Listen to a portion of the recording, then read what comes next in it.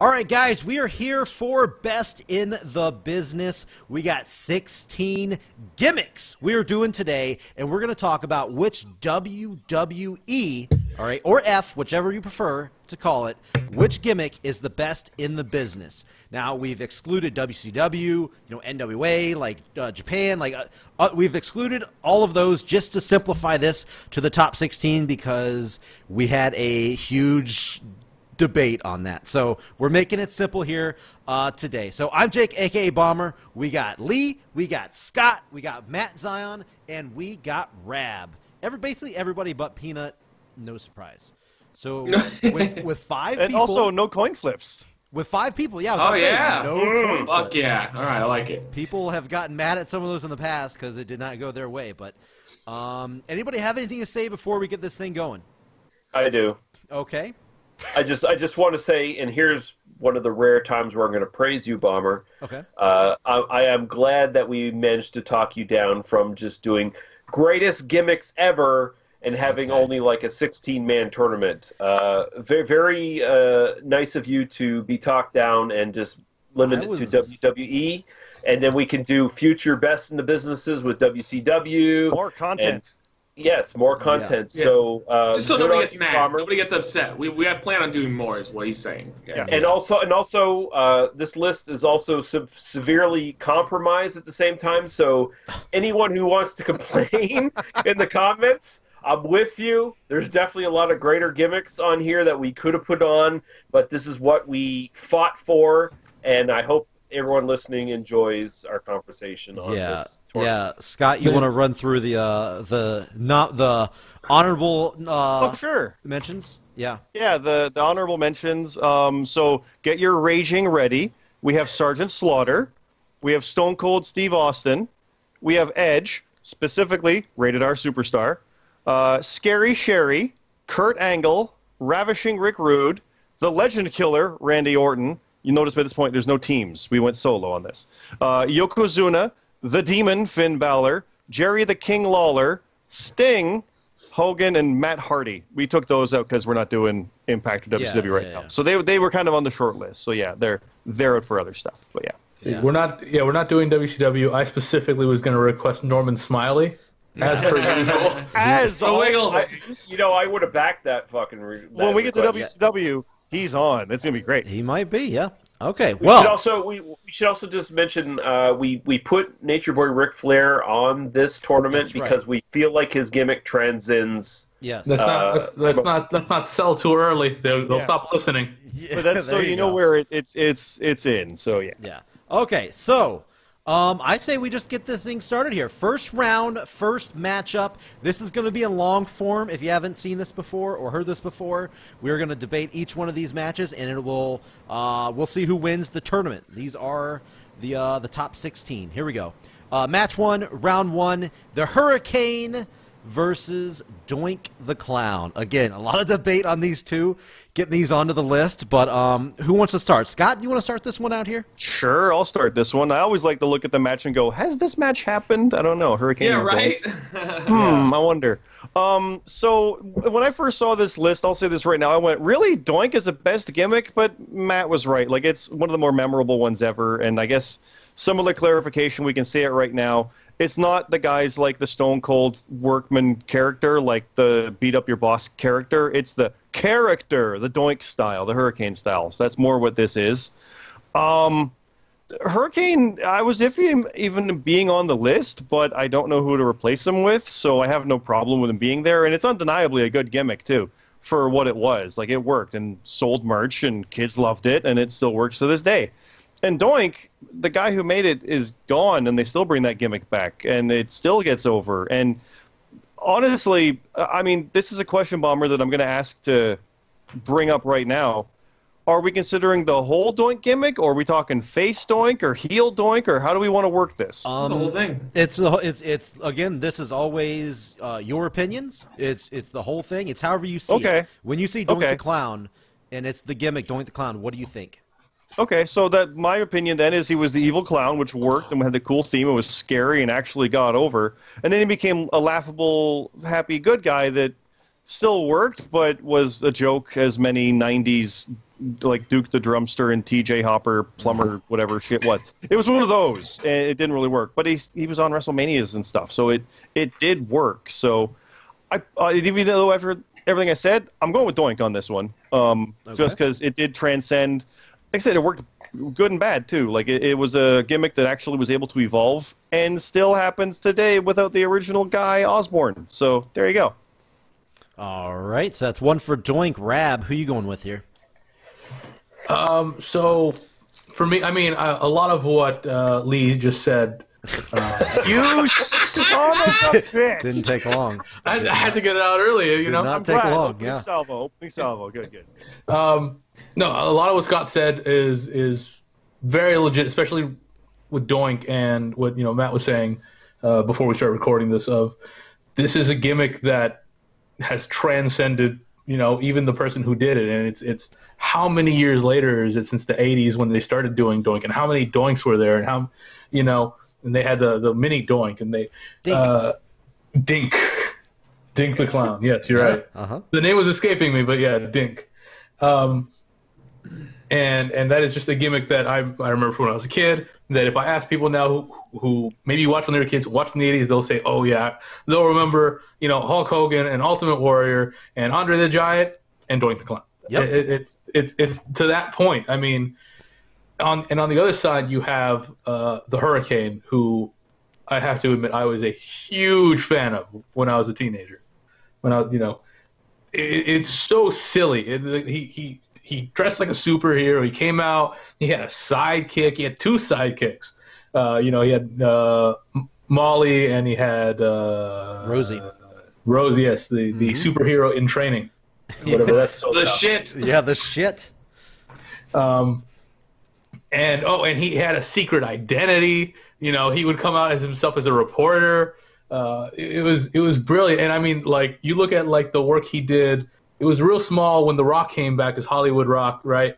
And they had a great little segment where he just kept beating The Rock, and The Rock just couldn't, and he'd get in his head. It was fantastic. It was one of the I don't consider that a particularly good time in wrestling, but it was one of the few things that I thought worked really well.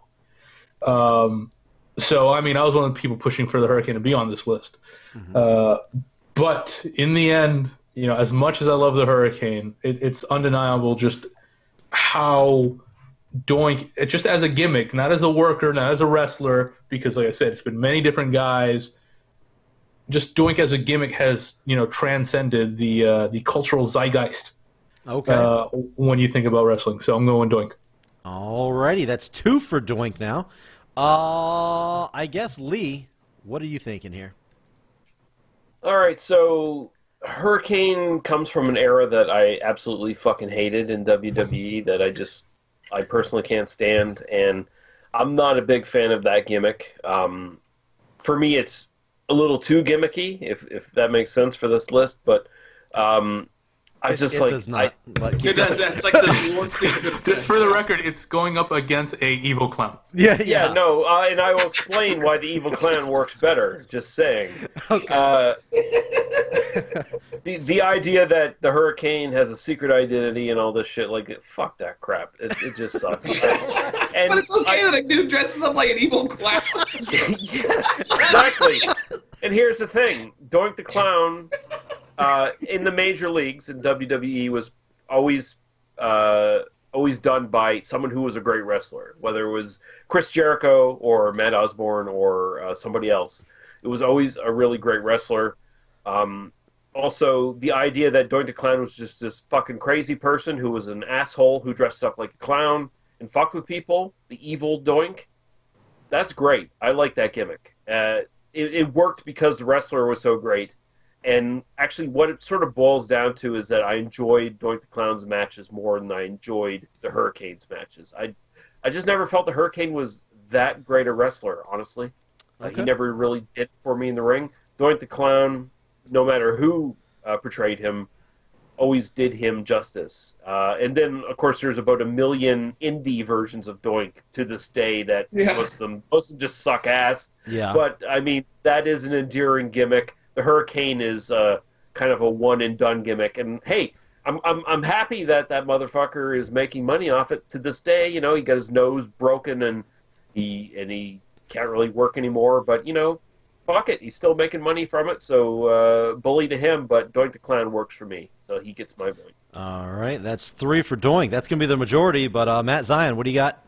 Yeah, I was also going to go with Doink. I was one of the people that fought for Hurricane to be on the list because my argument was, like Rab said, that was not a very good time in wrestling at all. If anything, it was abysmal. But he was one of the few bright spots. And I remember specifically people that didn't like wrestling still liked him. Like that gimmick really reached out to a lot of people. But if you look at it from this standpoint, like somebody who didn't watch wrestling and didn't know what we were talking about would assume we're talking about a cosplayer that likes Marvel and a cosplayer that likes It, is what we're basically going at here, which I think it's even funnier that Lee's like, oh, I can buy into the scary fucking clown, but Yeah.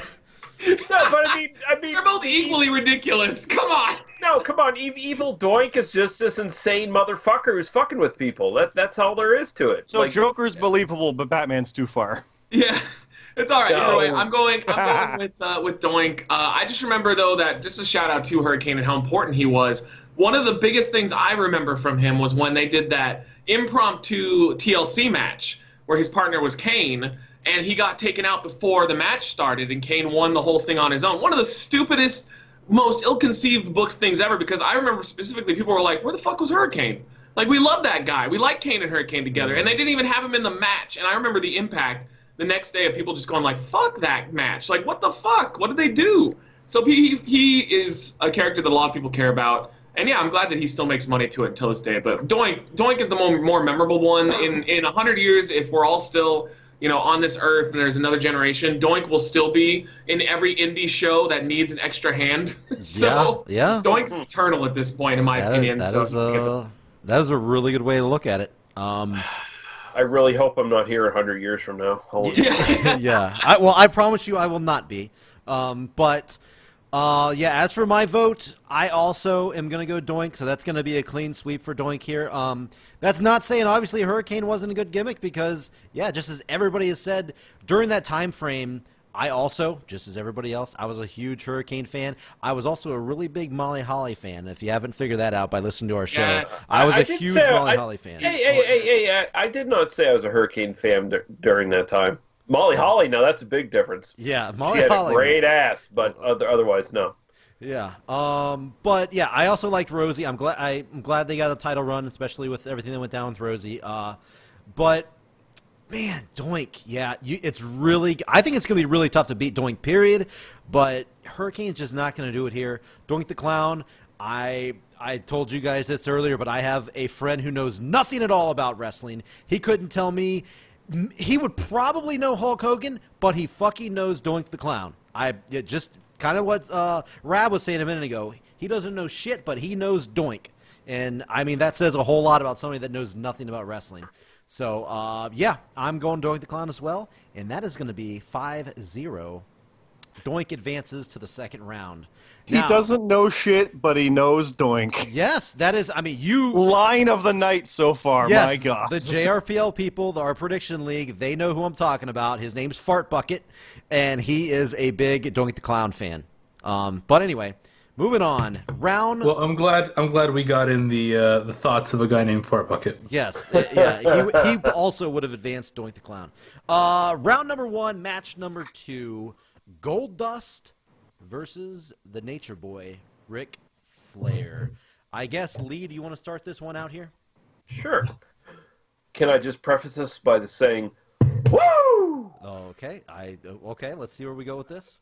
Okay, so, I mean, come on now. Ric Flair, we talked about this before we started recording. This is a guy who became his gimmick. Because if you look at Ric Flair in the 70s, he was this fat boy. And he was a talented wrestler, but he was not the Ric Flair we came to know in the 80s. He got himself in shape, and he just became this amazing fucking... Now remember, I don't mean to cut you off, but remember, this is WWE. So I know he wrestled earlier, but remember, He's getting there. Try to push out WCW when you think. No. Hey. He built his reputation in the '80s in the NWA, and then he brought that over to WWE. Sure. And he made it work. He made himself be the real world champion, and he, with Bobby the Brain Heenan on his side, fucking shit talked everybody in the WWE. Mm-hmm. He beat Piper. He beat fucking Macho Man. He won the '92 Royal Rumble. And then he basically cemented his legacy in WWE. And, of course, he became best friends with Hunter, which helped a lot for him to keep him going. And, I mean, fuck. I mean, he is a personification of living the gimmick. I mean, this is not the real Ric Flair necessarily. This is what Ric Flair became. Yeah. And the gimmick of the Playboy, the fucking greatest wrestler in the world, he did it better than anybody else. There's nobody who ever did that gimmick better. There's been Nature Boys before him. You could maybe argue that Buddy Rose maybe slightly was as good, but I would totally disagree. You look at Goldust.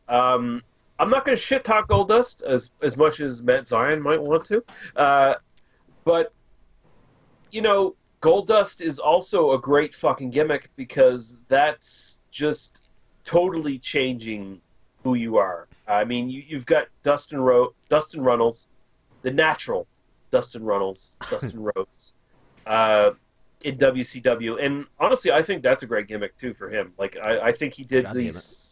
Stay on track. Stay on track. No, but I mean, he recreated him. Like, he totally recreated himself in WWF, and you have to give him props for that. I mean, he distanced himself from his dad and made a name for himself with Goldust, and I'm not going to shit on that, but putting that up against Nature Boy Ric Flair, there's no contest, really. Nature Boy is just a better gimmick. It drew more money. Everybody knows the Nature Boy. Rappers to this day are fucking... Yeah. The Nature Boy is their influence. I mean, there's nobody else. And so Nature Boy wins this round, as far as I'm concerned. All right, that's one for Nature Boy. Matt Zion. Sorry, I was actually trying to fix because my OBS almost crashed when I was recording, so I'm not recording anymore. What was the matchup? Jesus Christ, Goldust, Nature Boy, Ric Flair. Okay, sorry. It totally took me off guard. I mean, Goldust is a classic gimmick. It really is. I mean, I would love to go to a company where they completely shit on my dad, put him in polka dots, and then turn me into a transvestite. But hey, he did it. He worked with it. He worked with it. It was always a really interesting gimmick. I personally never really cared much about him. I came in after they turned him from like a serious threat into just more of a annoying anomaly. Like, if that makes any sense, because like I know like when they first brought him in, he felt like a threat, and then he just went to be the IC title guy. Like after he fought Piper, that's when I started, and he just kind of felt like, oh, it's the drag queen guy. So like I don't really have any like super big thoughts on him, other than he's always been a really good worker. I preferred him, his work outside of Goldust. I liked his WCW stuff. I liked when he was just himself. I thought he was a more entertaining character overall, just because he was more interesting. But still, it's one of those characters that you're going to remember forever. But Ric Flair is basically like the ultimate rich guy. Like that's the only reason that I decided that he would be allowed to be on the list, because it is borderline with him. He's kind of like a Stone Cold issue, in my opinion, where it's like, is it really a gimmick though, or is he just being himself? But yeah, I don't know. He's just the original. He's the OG. He's the guy that's going to sit there and tell you he's going to fuck your wife while he, wrestles right around you in circles and stuff. So I'll just go with Ric Flair, because I just think that he's not going to win this thing, because again, it's questionable. But I agree that I think he has more gimmick in him than any gimmick in Goldust I actually liked. Okay, Scott. I've mentioned this before we were recording, but the aspect with Ric Flair that I really liked from the WWF run was when he came in as the real world champion. That was gimmick as well, where he was like, I'm the best wrestler and all this stuff, but I'm also the world champion from over there. That was the gimmick. That was awesome. I really liked that. That was this new thing back when I was watching it, where it's like, well, wait a minute, they're acknowledging the other stuff. What? And everybody knows today how rare that still is for them to do that kind of stuff. So it was really fascinating to see that at that time, and it was cool because he pulled it off. Because if you knew that that was legitimate. Like, he was the man over there, and here he is walking in as the man, not some repackaged thing, ironically, like a Goldust or something. He just was Ric Flair. Now he's here now. Oh, shit. Goldust was a weird gimmick, because when he first came in, that was the era when they were repackaging everything, like Dustin to Goldust, or Foley to Mankind, and things like that. It was like, just let them be themselves, and up until the Kevin Owenses and things of late, that really hasn't happened either until AJ Styles and shit now. Yeah. So, like, Ric Flair, again, was a rarity in that. But Goldust actually worked. Like Matt said, they gave him... they shit on the family name, and they still don't like it, even though they say they love it, and they recognize what he did for NXT and shit. But it was always kind of like, oh, it's awesome the things that you did for us. But Goldust, in a weird way, like, he's left the company and come back on the strength of this character 5 times over. And it's worked, even when they copied it in TNA and WCW and shit with Seven or Black Rain and that. Don't mention right? those. Like, no, but they literally tried to copy it, but it didn't work. It wasn't the same. It was this character, the movie character, that worked. And when he was doing the weird movie promotional things and had Marlena and that, it just came off as a threat. Matt was right. When they turned him a face, it was just like, oh, he's just another guy who won't elevate beyond here now. It's just, oh, you're going to be one of these guys alongside the Razors and Bretts and Shawns. You're not going to go beyond that. But when you were a villain, you were against those guys, and you had a better chance. So I always liked heel Goldust better in that regard. And we can't forget when Goldust went fucking weird with the artist formerly known as Goldust, when he was doing all the crazy shit with Luna and the ball gag and all this shit. So he kept evolving this weird gimmick, too. Also Tourette's. Oh, yeah. So... honestly, like, as much as I like the Ric Flair stuff, I'm going to give my vote to Goldust on this, because, as weird as it sounds, it was more gimmicky of a gimmick. No one does the Flair version of a thing better than Flair did, but I just think there was more to Goldust. Okay, that's 2 for Flair, 1 for Goldust. I guess I'll go real quick.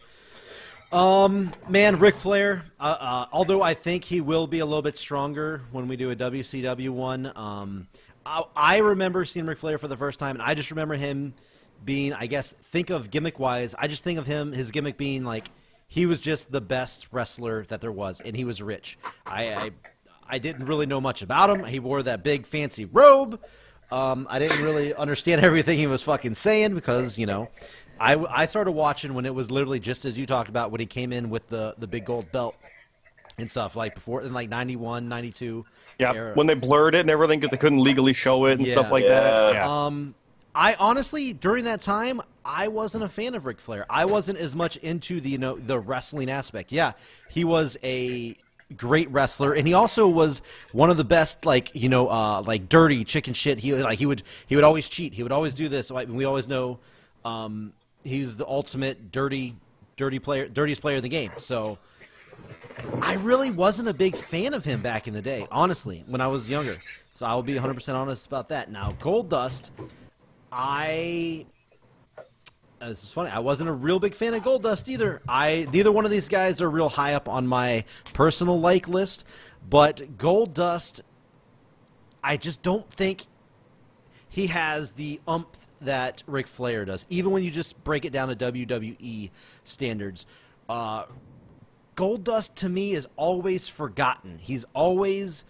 He will always be like, oh, yeah, and Goldust. Yeah, I forgot about that. Yeah, Goldust, too. Yeah. But Ric Flair always jumps out to me more than Goldust does. So, as I always do, I close my eyes and always think, which one of these is the greatest of all time?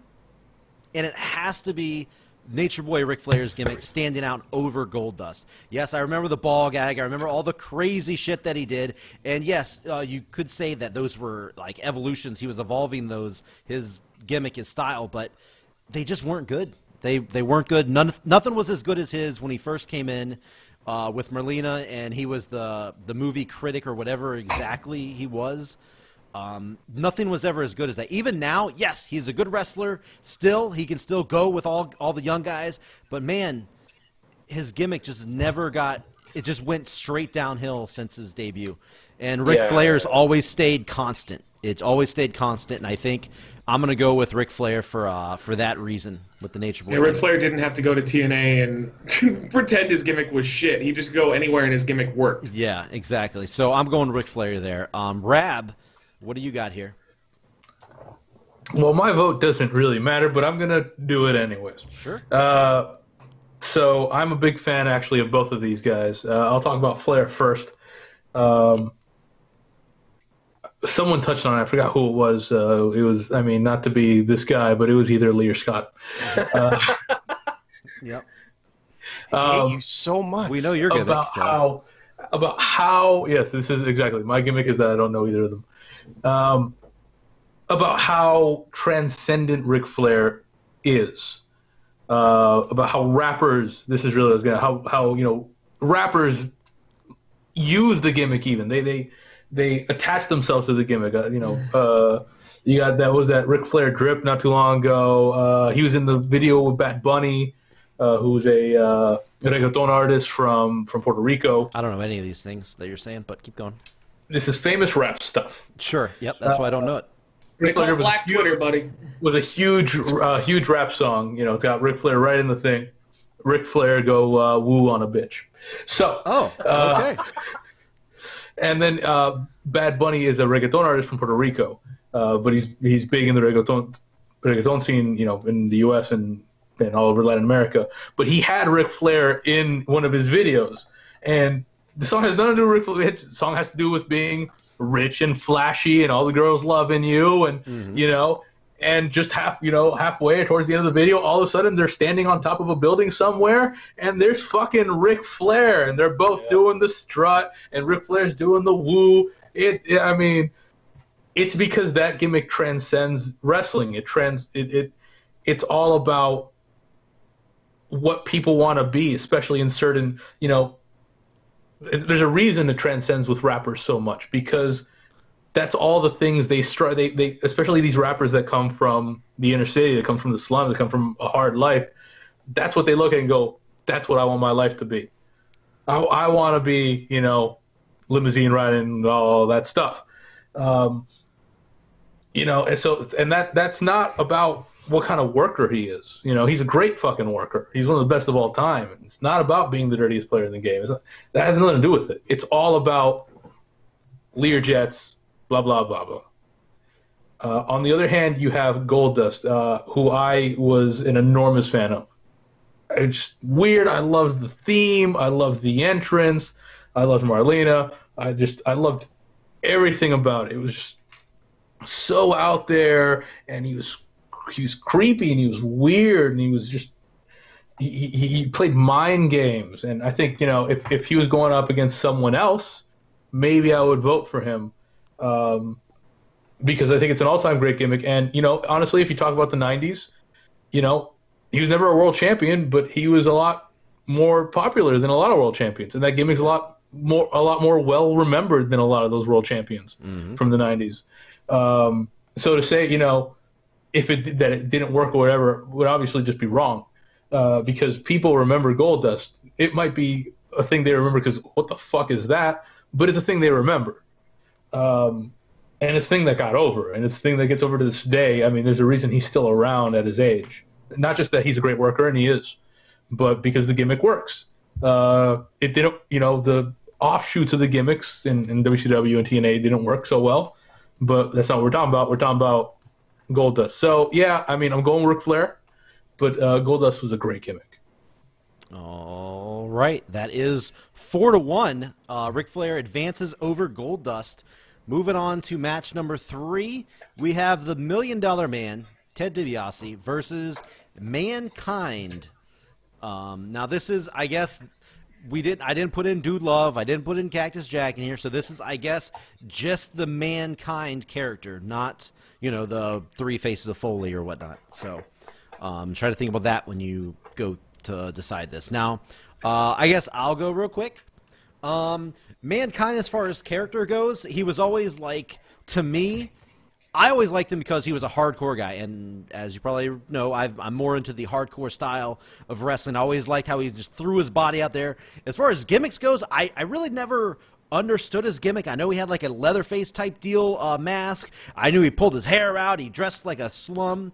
But I always thought of his gimmick as like a guy who would do anything. He would put his body on the line. He would go pull out all stops to win the match and do the deed, get the job done. I really never had a lock on what his gimmick was, though. I mean, I may be like on my own on this, but as far as gimmicks go, all I knew him as was just a guy that would get hurt to get the job done. And then you have what's up? I just want to interject there. Sorry, Yeah. I don't think Vince McMahon had any fucking lock on what this gimmick was either. Yeah. I felt like Mick Foley was just kind of like working it out as he did it. Yeah, because it was just, there was no real, like, it took the fucking JR interview to really get the character out there. Yes, that was one of the pivotal moments for Mankind. Everything Mick Foley in general, just that was what actually set him off.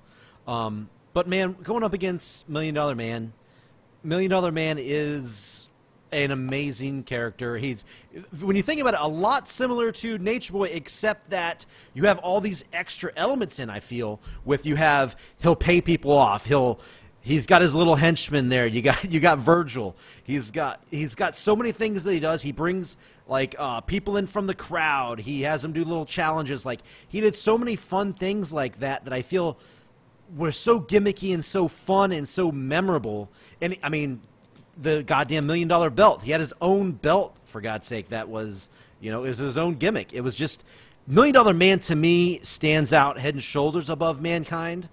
I know a lot of newer fans are probably going to definitely disagree with that, but man, $1 Million Man was a great gimmick, and I think definitely takes the win over Mankind for me because there's a whole lot more depth to it. And again, just I kind of got lost on Mankind. So as far as gimmicks go, so I'm going to go $1 Million Man for my vote. Rab, you want to go next? Sorry. Yeah, sure. Now it's no secret I'm huge Foley guy. But if I have a least favorite gimmick of his, it's Mankind. And I mean, the first Mankind, gimmick of he pulling out his hair and he dressed all in brown and he was a tortured soul. His gimmick was really he's just a tortured soul.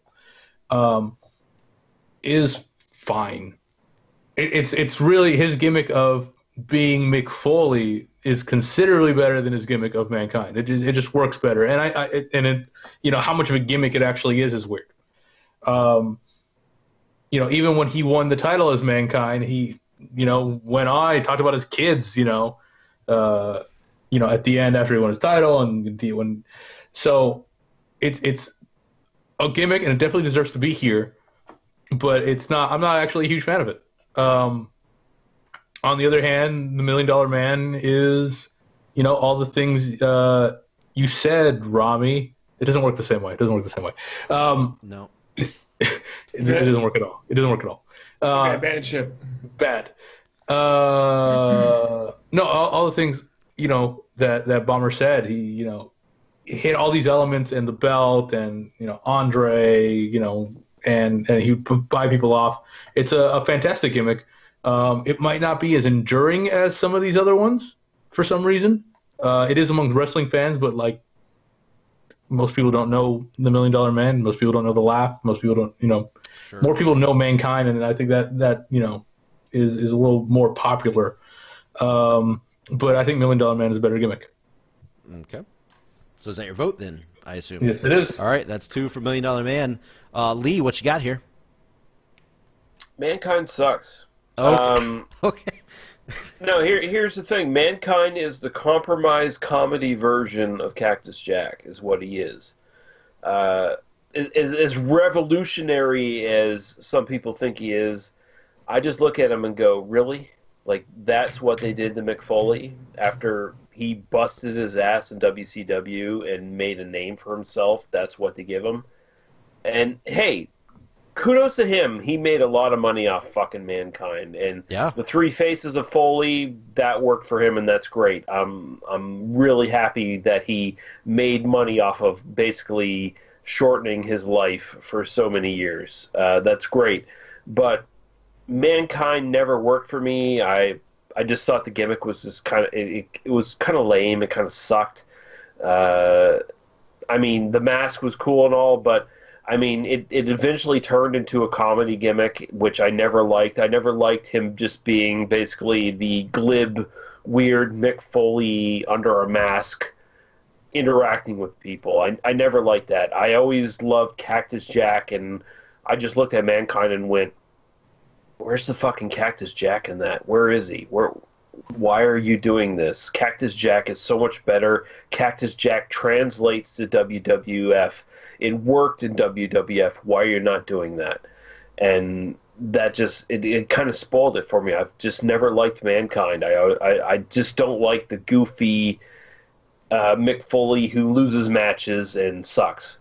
That's what Mankind is. I mean, early on, he was an opponent for The Undertaker, and he gave Undertaker really great matches, so you can give some respect there, but that ended really quick, and then Mankind became a joke.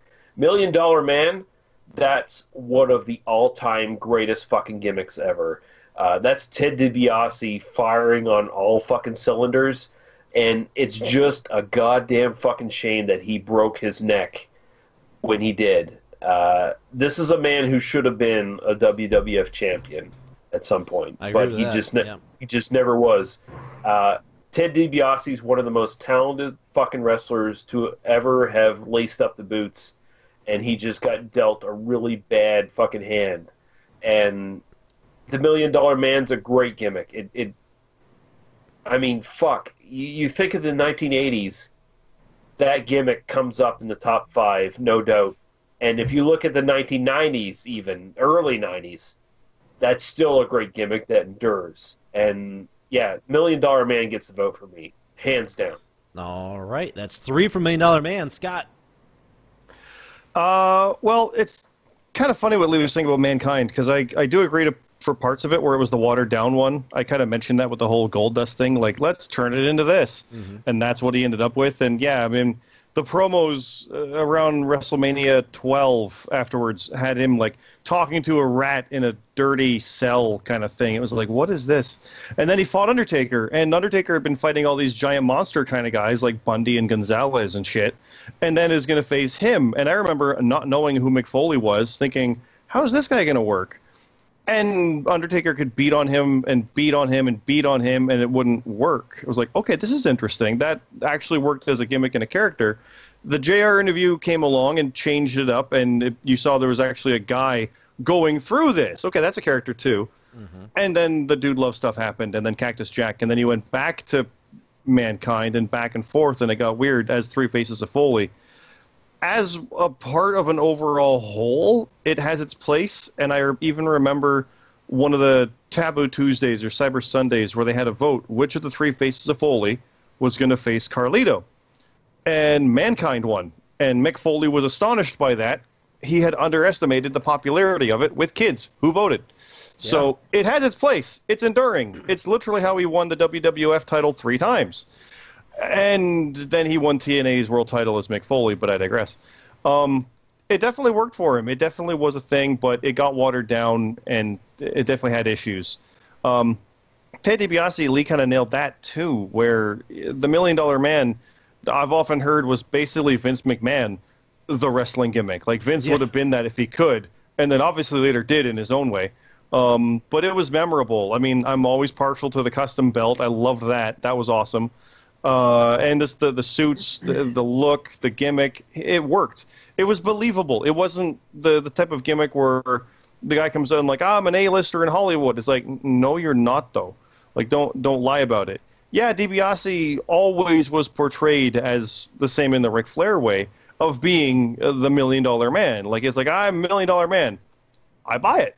I believe it. He made it believable, which is a key part of all this stuff, too. So, as much as Mankind kind of works, I think it works more as part of the overall Mick Foley Three Faces gimmick.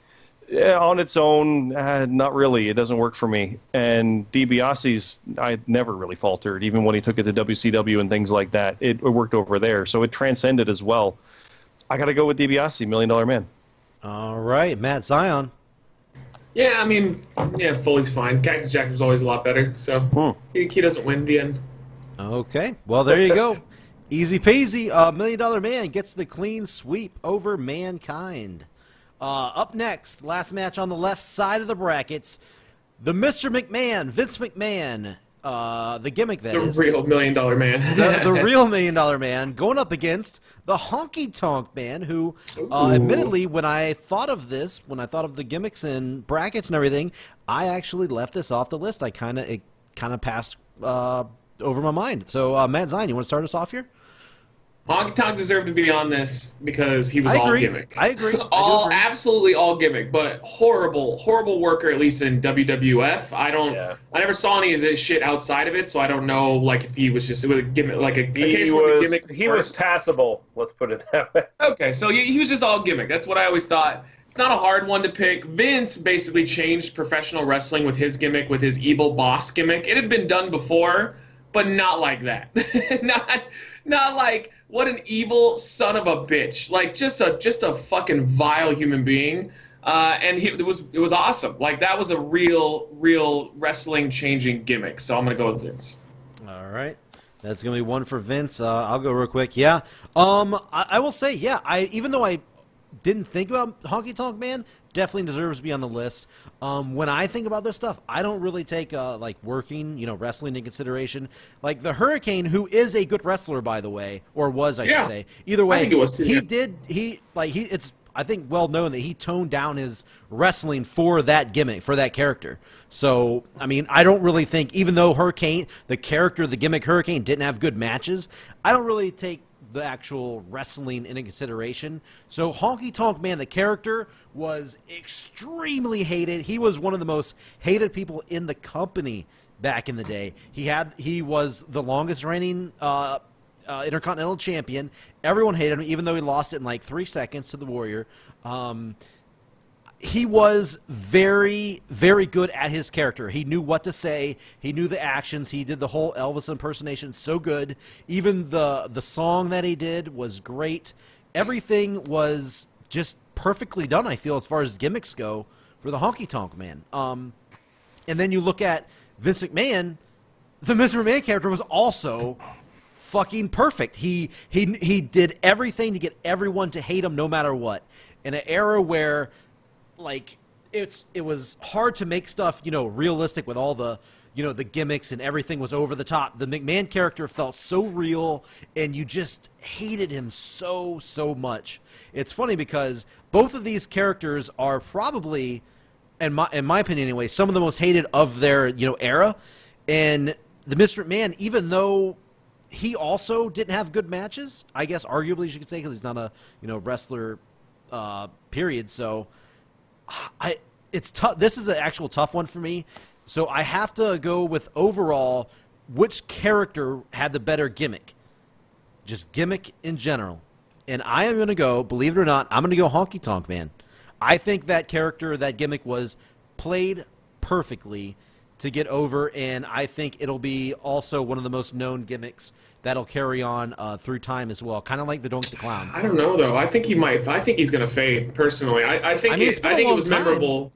It's been, yeah, but nobody like talks about him anymore. I think Santino made him relevant again for a little while. Like he brought him back into the forefront because of that fucking amazing IC title gimmick he had going for a bit. Yeah, but wait, you had your turn. Yeah, I don't think people are gonna forget about Honky Tonk Man simply because of his big run and how hated he was and his songs. But so I'm gonna go with Honky Tonk Man. So it's 1-1. Rab, let's see what you got here. So yeah, I'll go over Honky Tonk Man first. He was a great gimmick, a terrible wrestler, apparently kind of a shit person too, but yeah, he is. It's a fantastic gimmick. I don't know that I would agree that it's going to be remembered for a very long time. It's already fading. People are already forgetting about the Honky Tonk Man. I was going to mention what Rom actually said about Santino.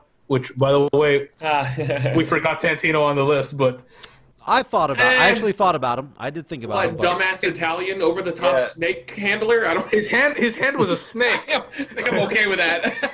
His hand was okay if you're forgetting that shit. I was about to say, do you want Lee to kill you? I mean, I don't think his hand was a snake. He couldn't pronounce anyone's name. It was a fantastic gimmick. Fuck that bitch. Yeah, I love Santino. So anyway,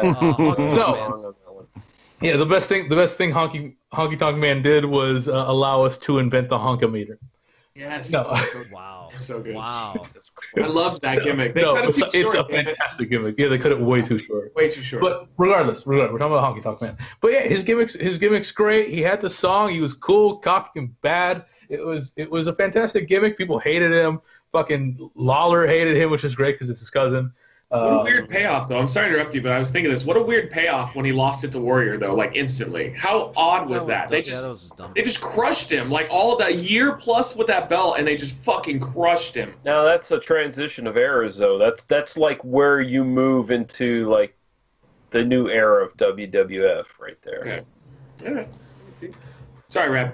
I mean, I agree with that. It kind of goes the transition of eras, why that happened. But regardless, I think it's a great gimmick. He, shit wrestler, apparently a terrible human being, but great gimmick. On the other side, you got Mr. McMahon, which is an all-time gimmick. If we're talking about stuff no one's gonna forget, Mr. McMahon is, the worst person to ever live. Just a horrible human being. Just I personally find one trait in a person to be the worst. It's my least favorite trait in a person is selfishness, moreover than anything else. And Mr. McMahon is the most, and all his awfulness comes from just how selfish a human being he is. All he cares about is himself. All he cares about is himself and his money and his image. That's all he cares about. And that's, why he didn't like Stone Cold. And that's why he did this and he screwed that guy. And, he didn't give a fuck about his own family. He kidnapped his own daughter. Even my immediate family. He doesn't care about anyone but himself. He cheats on his comatose wife with another woman. Real life, what a gimmick bastard. He didn't do it in real life. He's been faithful. Oh my God, he fucked around on her so much. But she was not comatose. It was literally in front of her. A lot of them did drugs back then. Let's be honest. His character, Mr. McMahon, yes.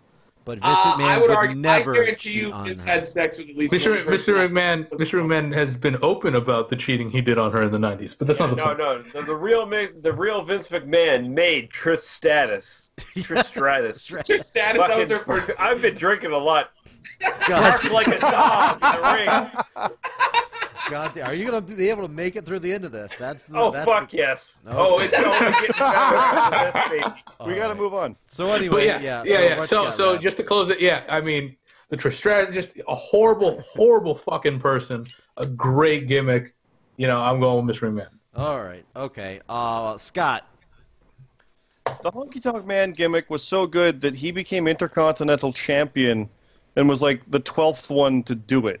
Like, we're talking Santana and Morocco and Morales and Savage and Steamboat and Honky. What? It's ridiculous to think that, but that's how good that gimmick was.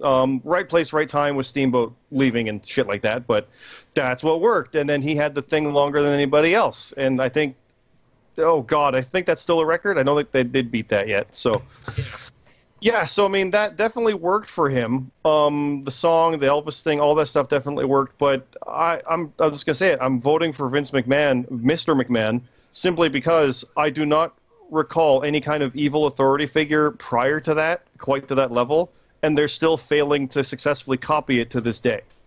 Yeah, they do try to copy it still, obviously, because it's. I feel like it is a easy gimmick to like go with and to try to copy.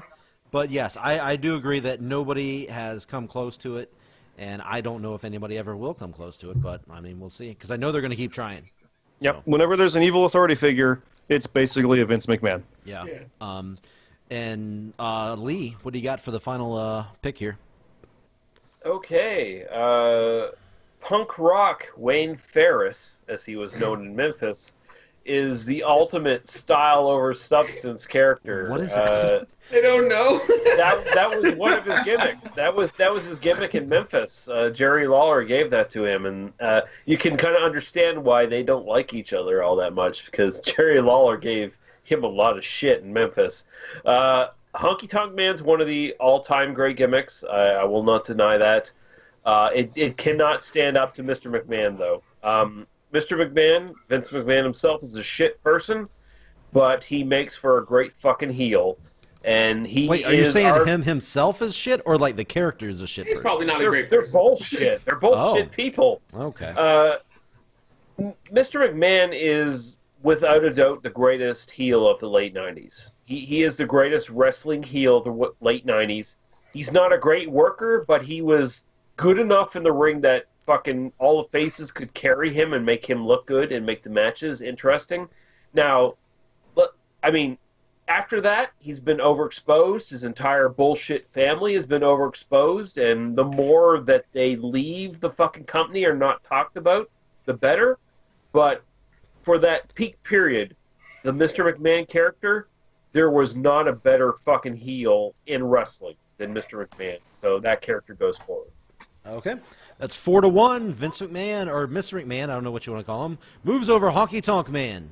Moving over to the other side of the brackets, we got Mr. Perfect, Kurt Hennig, going up against the Big Boss Man. I guess I'll jump out super quick doing this one. Yes, I love the Big Boss Man. I've always loved Big Boss Man. He has that cop gimmick. He's the ultimate cop gimmick, no matter what anybody says. He's had the coolest look back in the 80s, early 90s of any of the wrestlers that I followed. He was the coolest dude to me. I don't know why. He was just a big fat guy. He threw the best kicks. He threw the best kicks. I swear to God, he had the best kicks, the spinning heel kicks and all those kind of things for a big dude. He was just cool. And he had plenty of, I think his character, his gimmick was really helped by his rivals. We had Nails, we had the Mountie. I think the Mountie was a little more well-known, and he was a little bit better. To me, I think really helped the Big Boss Man character a lot. But just personally, I'm a little biased. I promise to you on this. I'm a little biased. I am really big on Big Boss Man. Now, Mr. Perfect, man, gimmick-wise, almost unmatched, I feel. The vignettes are... They built his character so perfectly before he ever even showed up as Mr. Perfect.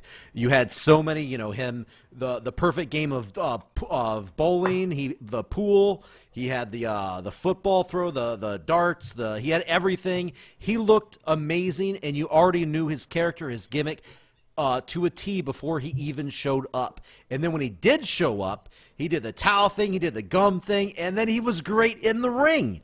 Man, it is hard to argue how great that gimmick is and if it is going to get beat on this entire tournament. But unfortunately, yes, I am giving the vote for Mr. Perfect over my Big Boss Man, even though I love him.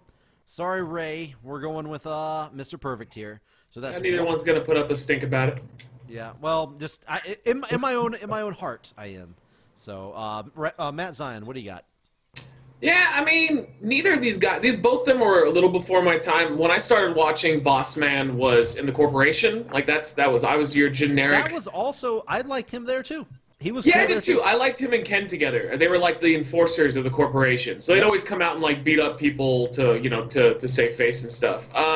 He was never a great worker, whereas Mr. Perfect was. But this is about that. I just wanted to say point blank. Don't ever think that. Lee is about to fight you here. Yeah, because you're pissing me off right now. Mr. Perfect is a lot better, is what I mean. Mr. Perfect was a much better worker, in my opinion. So, just from what I saw personally. So, sure. And trust me, Kane's going to win anyway, Lee, so don't worry about it. So, I'm going to go with Perfect because they're both really fun gimmicks. I think they're both, just tailor-made for professional wrestling. The cop, who, is going to come in there and he's going to clean up the company versus, the guy who's basically just the best at everything he could possibly do. But I think it was said that the way they brought in Perfect was awesome. Those little videos and stuff of him just being the best. I always loved those the most. And unfortunately with Boss Man, I kind of only really remember two things. Oh, I already know what you're gonna say. Well, Nails is the big one. Nails is just a weird story. Like, if you go back and see, like, what happened, and then, of course, you know, Big Show and getting thrown off. I knew it. I knew it. I knew you were going to do that. I mean, that's it. Everybody remembers that. It's the most memorable Big Boss Man moment ever. And the fact that he was in, like, one of the shortest WWF title matches of all time against the Big Show, where him and Albert just got fucking creamed. Like, no. Oh my god, it's great. So I'm gonna go with Perfect. Boss Man I never really connected with too much. Same with Perfect, but I always enjoyed the Gimmick a lot more. Yeah, Big Boss Man to me had way more memorable moments in like his career than Mr. Perfect. But this is about Gimmick, so I will give it a Perfect on that one. But Lee, I heard you saying some stuff. What are you thinking here? Oh my god, this is actually the toughest one for me. Both of these guys I love so much. Big Boss Man, Ray Traylor, I watched him coming up and just saw how fucking good he is. I'll totally disagree that he's a lesser worker than Mr. Perfect. I think he's an equal to Mr. Perfect, but just in a different way. I think they're both incredible workers. Mr. Perfect's more of a technical master. That's true.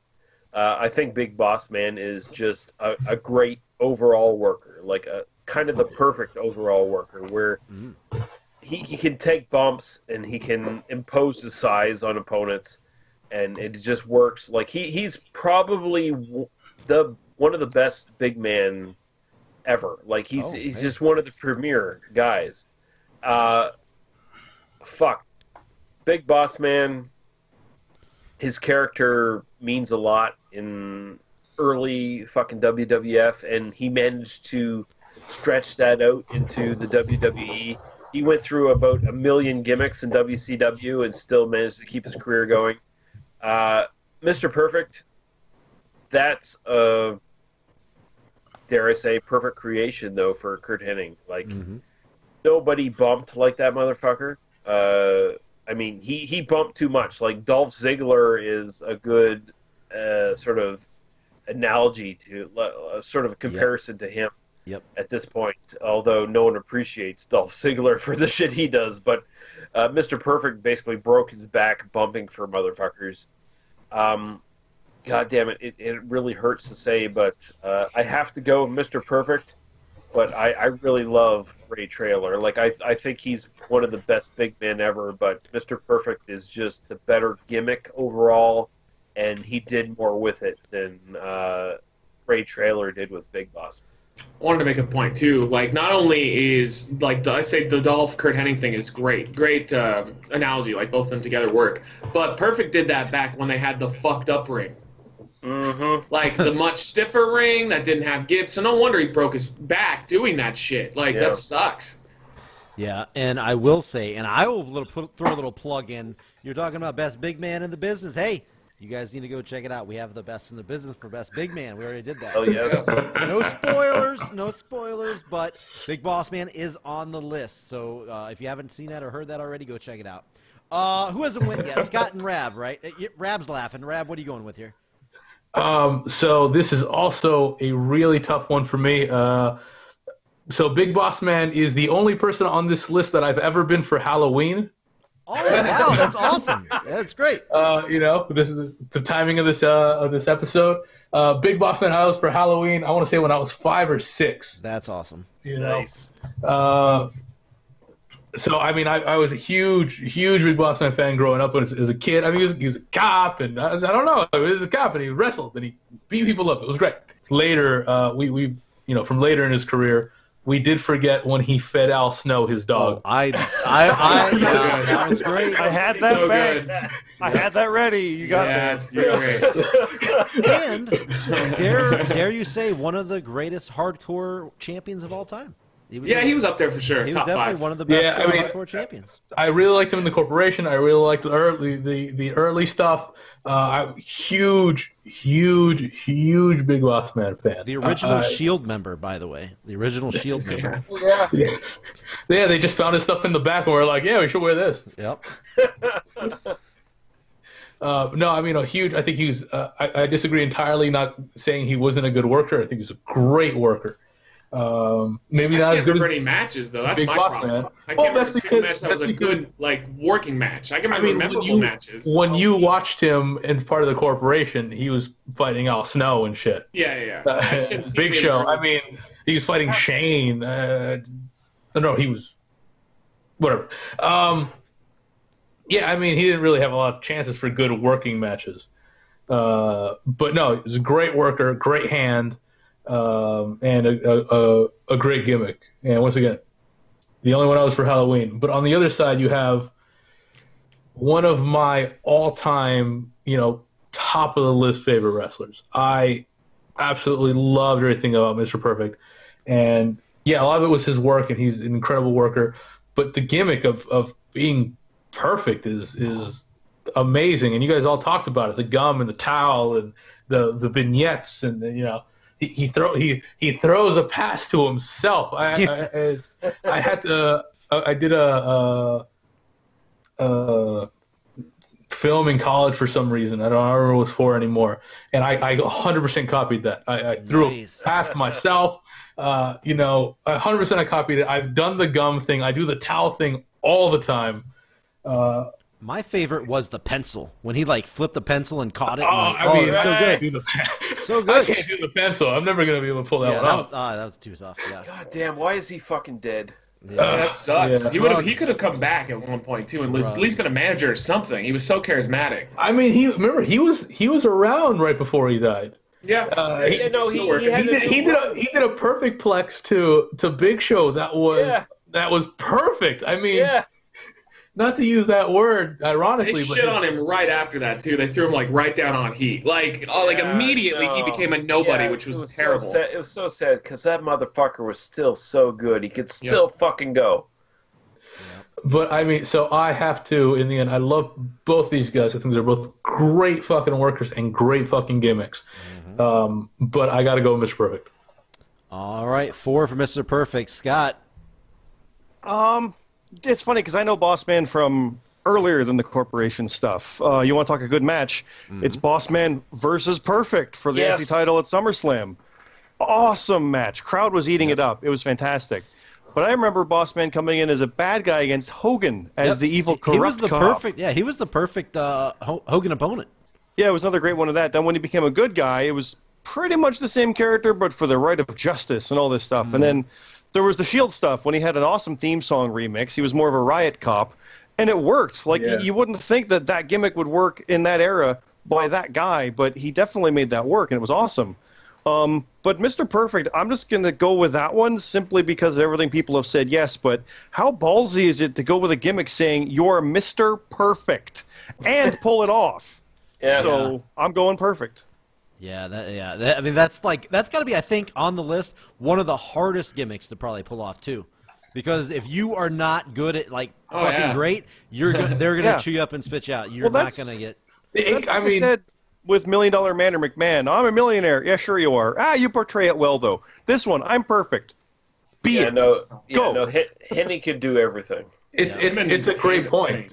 Him and Bobby together was awesome. Catching the towel together and stuff. They both did it. That was so good. Yep. If he had not been as great as he was, it would have ended his career. Yeah. Oh yeah, for sure. Yeah, it would have been a joke. It would have been a joke, exactly. Yeah. Why does wrestling suck so much now? Holy shit. That's another one that should have been. So, my God, that's another one that should have been a world champ and was that close. I mean, for me, he's the best ever not win the championship. We need to do that one, by the way, still. Best in the business. So here we go. Moving on. We have two guys that are kind of somewhat linked.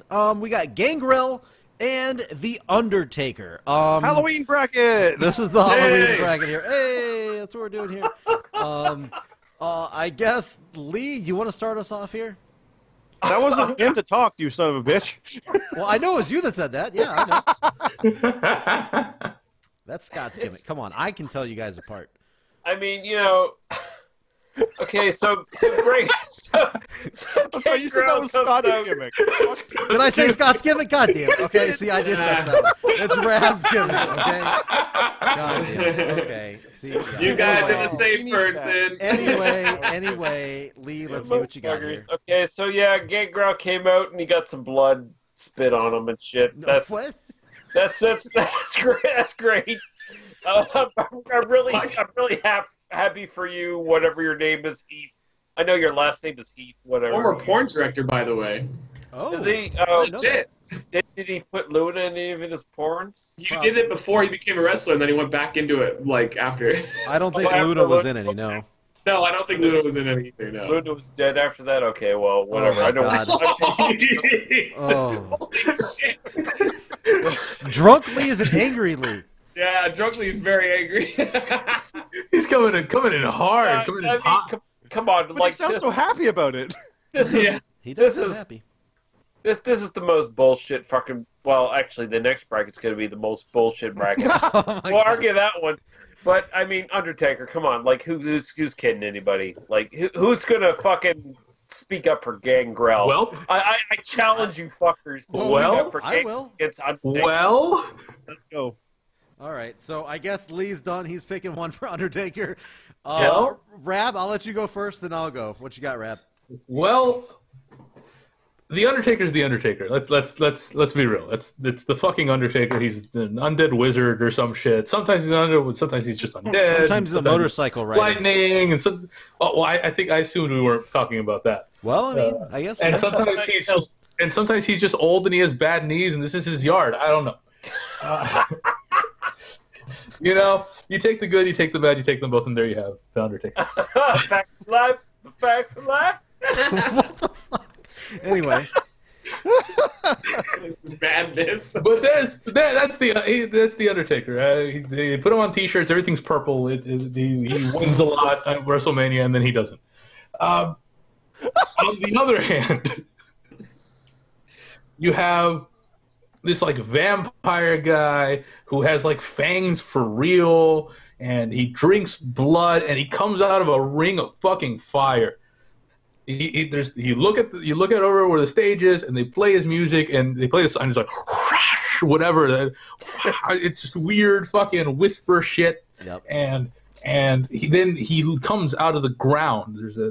There's no one there, and then there's fire. There's a ring of fire, and then he comes out of it yes, we know the entrance. slowly while drinking blood. Yep. And then sometimes there's two other guys, and then sometimes there's two different other guys. And we're not Are really we talking supposed about to gay porn or think gay about gimmick, brother? Hey, Rab, I just want to remind you right now, Anne Rice is not one of the people voting on this fucking thing. Anne Rice, who wrote the fucking Interview of a Vampire. Okay, I'll take your word for it. Oh my Jesus god. I'm sorry, Christ. I didn't know that. I'm I'm sorry. an uncultured Should I- swine. I'm sorry. I didn't understand your reference. Jesus Christ, I'm so old. You're pretty old. I'm with you, Anyway, but, anyway, so Rab, continue your vote for Gangrel. I'm just saying, one of them, he can't even keep his gimmick straight. It's really weird what it is, you know. And right now, the Undertaker's made a mockery of his gimmick for the last 15 years. At this point, what year are we in? 2000? Yeah, 2003. Yes, exactly, 15 years. You know, it's real cool because it's the Undertaker, and he's an undead with everything's purple. For some reason, everything's purple. Which is the same gimmick as Prince, and I think Prince did it better. Okay. He's dead. Okay. Well, they're both, anyway. So I am clearly going to vote for Gangrel. Wow. Holy shit. This Wow. is already my favorite one. Oh my god. Okay. I'll go next. Of course you will. You Gangrel- got to jump in and do damage control. Yeah, Gangrel. First of all, a fucking shoot vampire. That guy, a shoot vampire. You listen. I to mean, no one actually ever shot him. Let's just be clear. No, hey, a real. Okay, a If they- real. And if they If did, they would. If they Undertaker doesn't make did, if they did, they would have needed a silver bullet, right? No, that's not. That's What a is werewolf, gonna happen? motherfucker. If Undertaker doesn't make it out of the first round, what are we doing? No. Okay, no. Listen, I'm just. If Undertaker doesn't make it out of the first round, it's because we're going for greatest gimmicks. No. Oh my God. No. Okay, so here we go.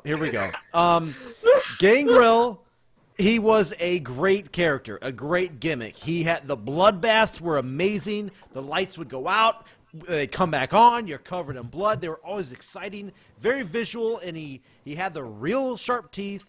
And yes, he was shitty in the ring, but like I said, to me personally, that doesn't really matter when it comes to a gimmick or a character. Now Undertaker, who was actually good at everything I think he's done, he's always like tried to protect the business. He's declined a lot of interviews and stuff like that. For the most part, his character, he does Gangrel. Yeah, he had a cool entrance. He came out of like a ring of fire and everything.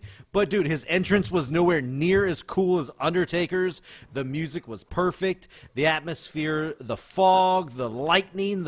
Some of the lightning was a little cheesy at times. Overall, like when he would do it, like in segments and stuff. But as far as the entrance, his entrance was unmatched, and I believe will remain unmatched probably over any wrestler.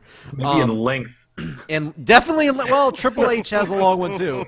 But yeah, Balor is the only thing that would come Balor closer. has a long one. Yep. Okay. We're gonna stop on that sentence. So when it comes to gimmicks, guys, yeah, Gangrel was cool. He definitely deserves to be on the list. But unfortunately, he's going up against Undertaker, who the undead. He came in. Man, he's got the longest probably. Like as far as continuation of, having a strong, continuously good gimmick over a lengthy period of time, Undertaker is probably unmatched in that. Besides maybe Ric Flair on this list, and Kane, I think as well, who we get to in a little bit. Also, as far as length goes, has been constant and consistent and good. Undertaker definitely is getting my vote. Gangrel, good, but not great like Undertaker's. So we're gonna go with Scott now. Wait, real quick. I can't believe you. You done it now. You gone and made a big mistake. So going to Scott next.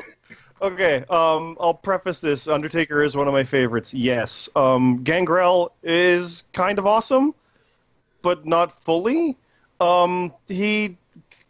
You could have made an argument if they did things right. He's one of those ones like Mordecai. Hey, it's Halloween theme.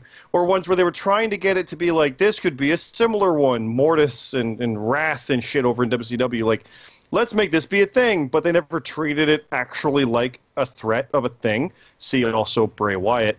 Where they're saying all this stuff and doing all this mystic stuff, but it's not working when it has to. So it's not ever taken as a threat.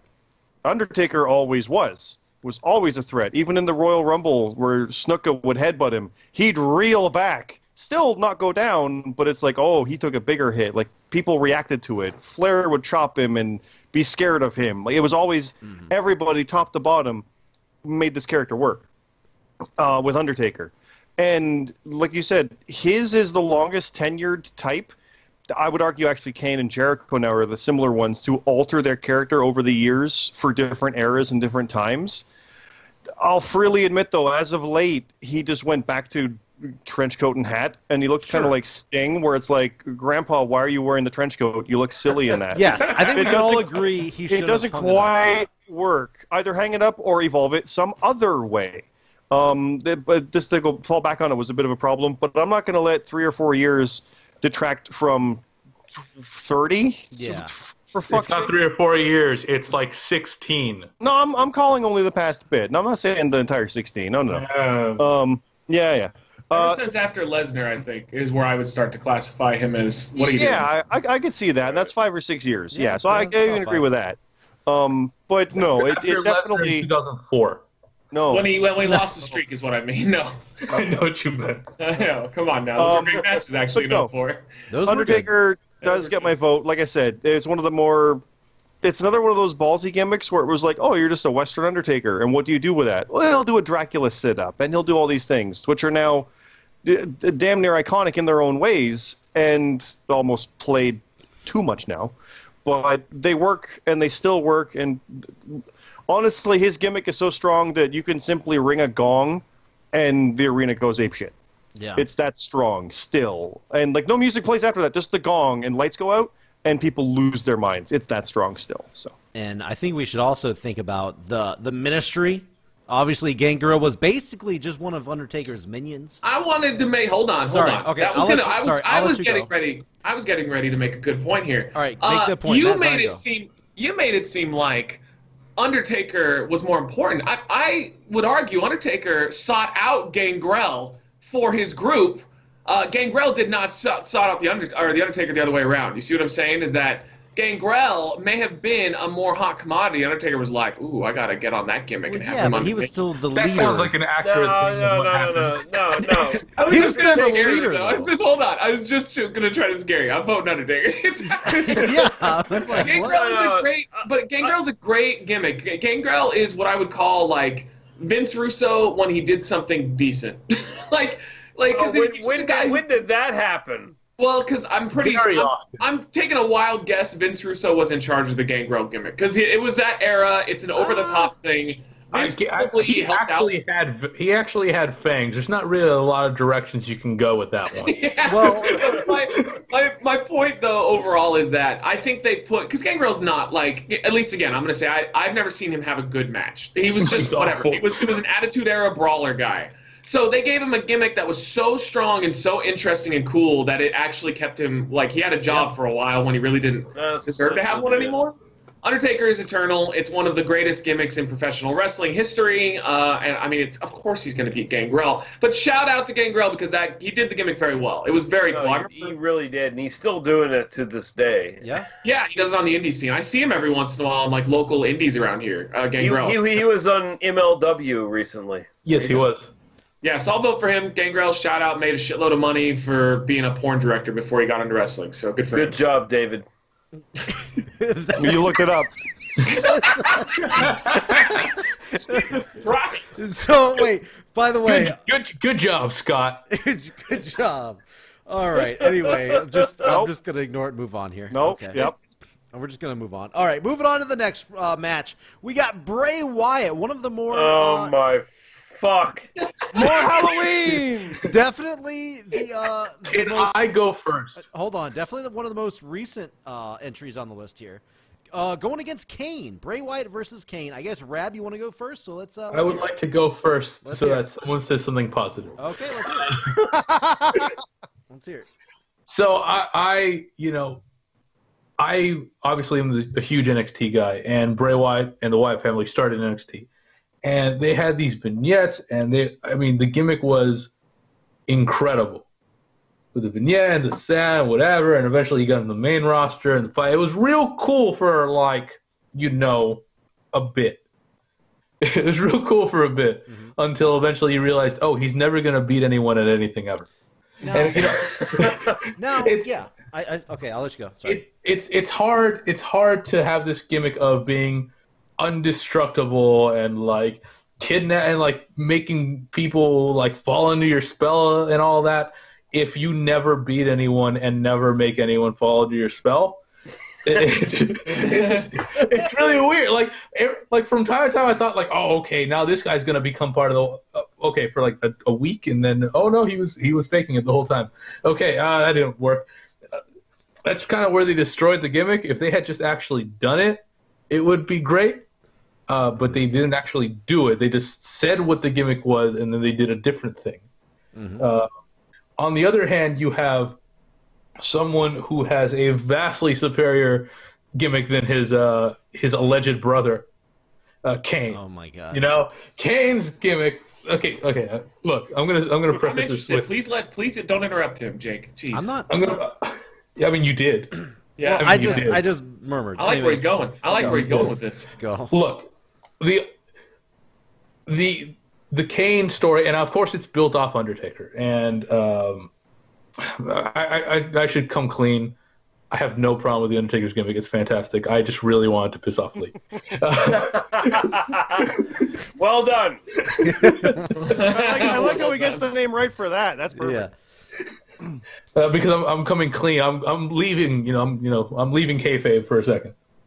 That's my gimmick. So no, I mean Kane's gimmick of. Okay, so it's become clear. I really like things with fire. With Gangrel and Kane. The stuff with fire is great.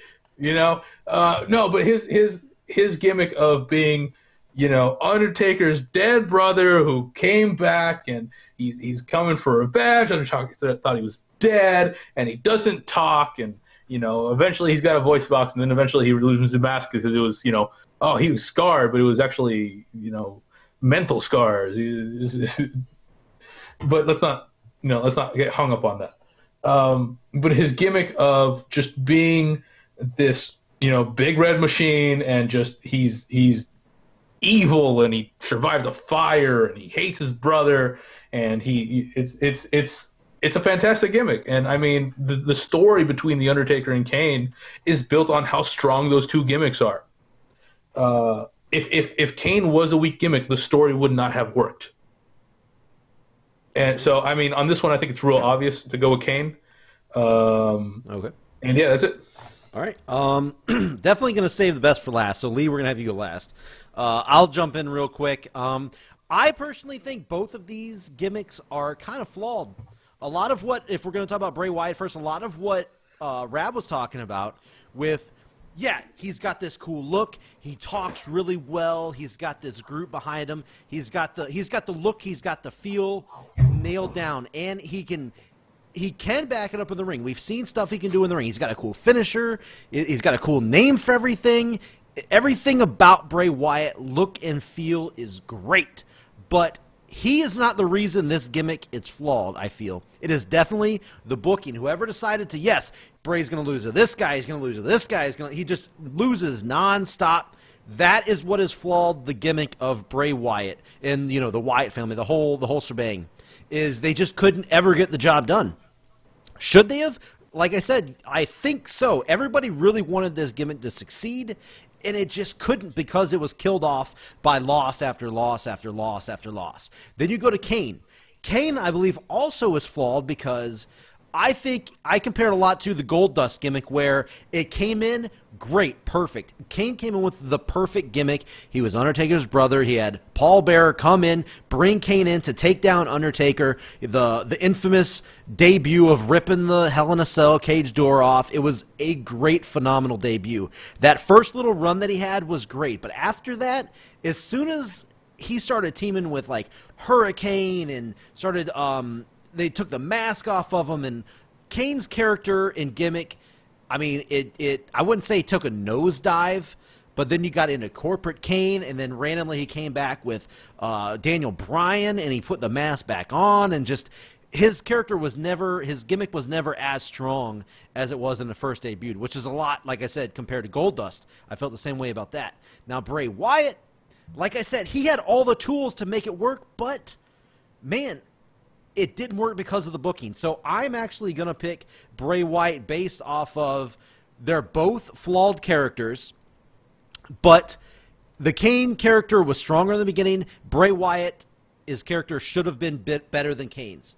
I don't know if that's the right reasoning why I'm picking that, but no, you're completely backwards. Actually, is that I don't know, but this is why. That's the only reason I think you're backwards. Is I see where you're coming from on it, but Bray has never been anything.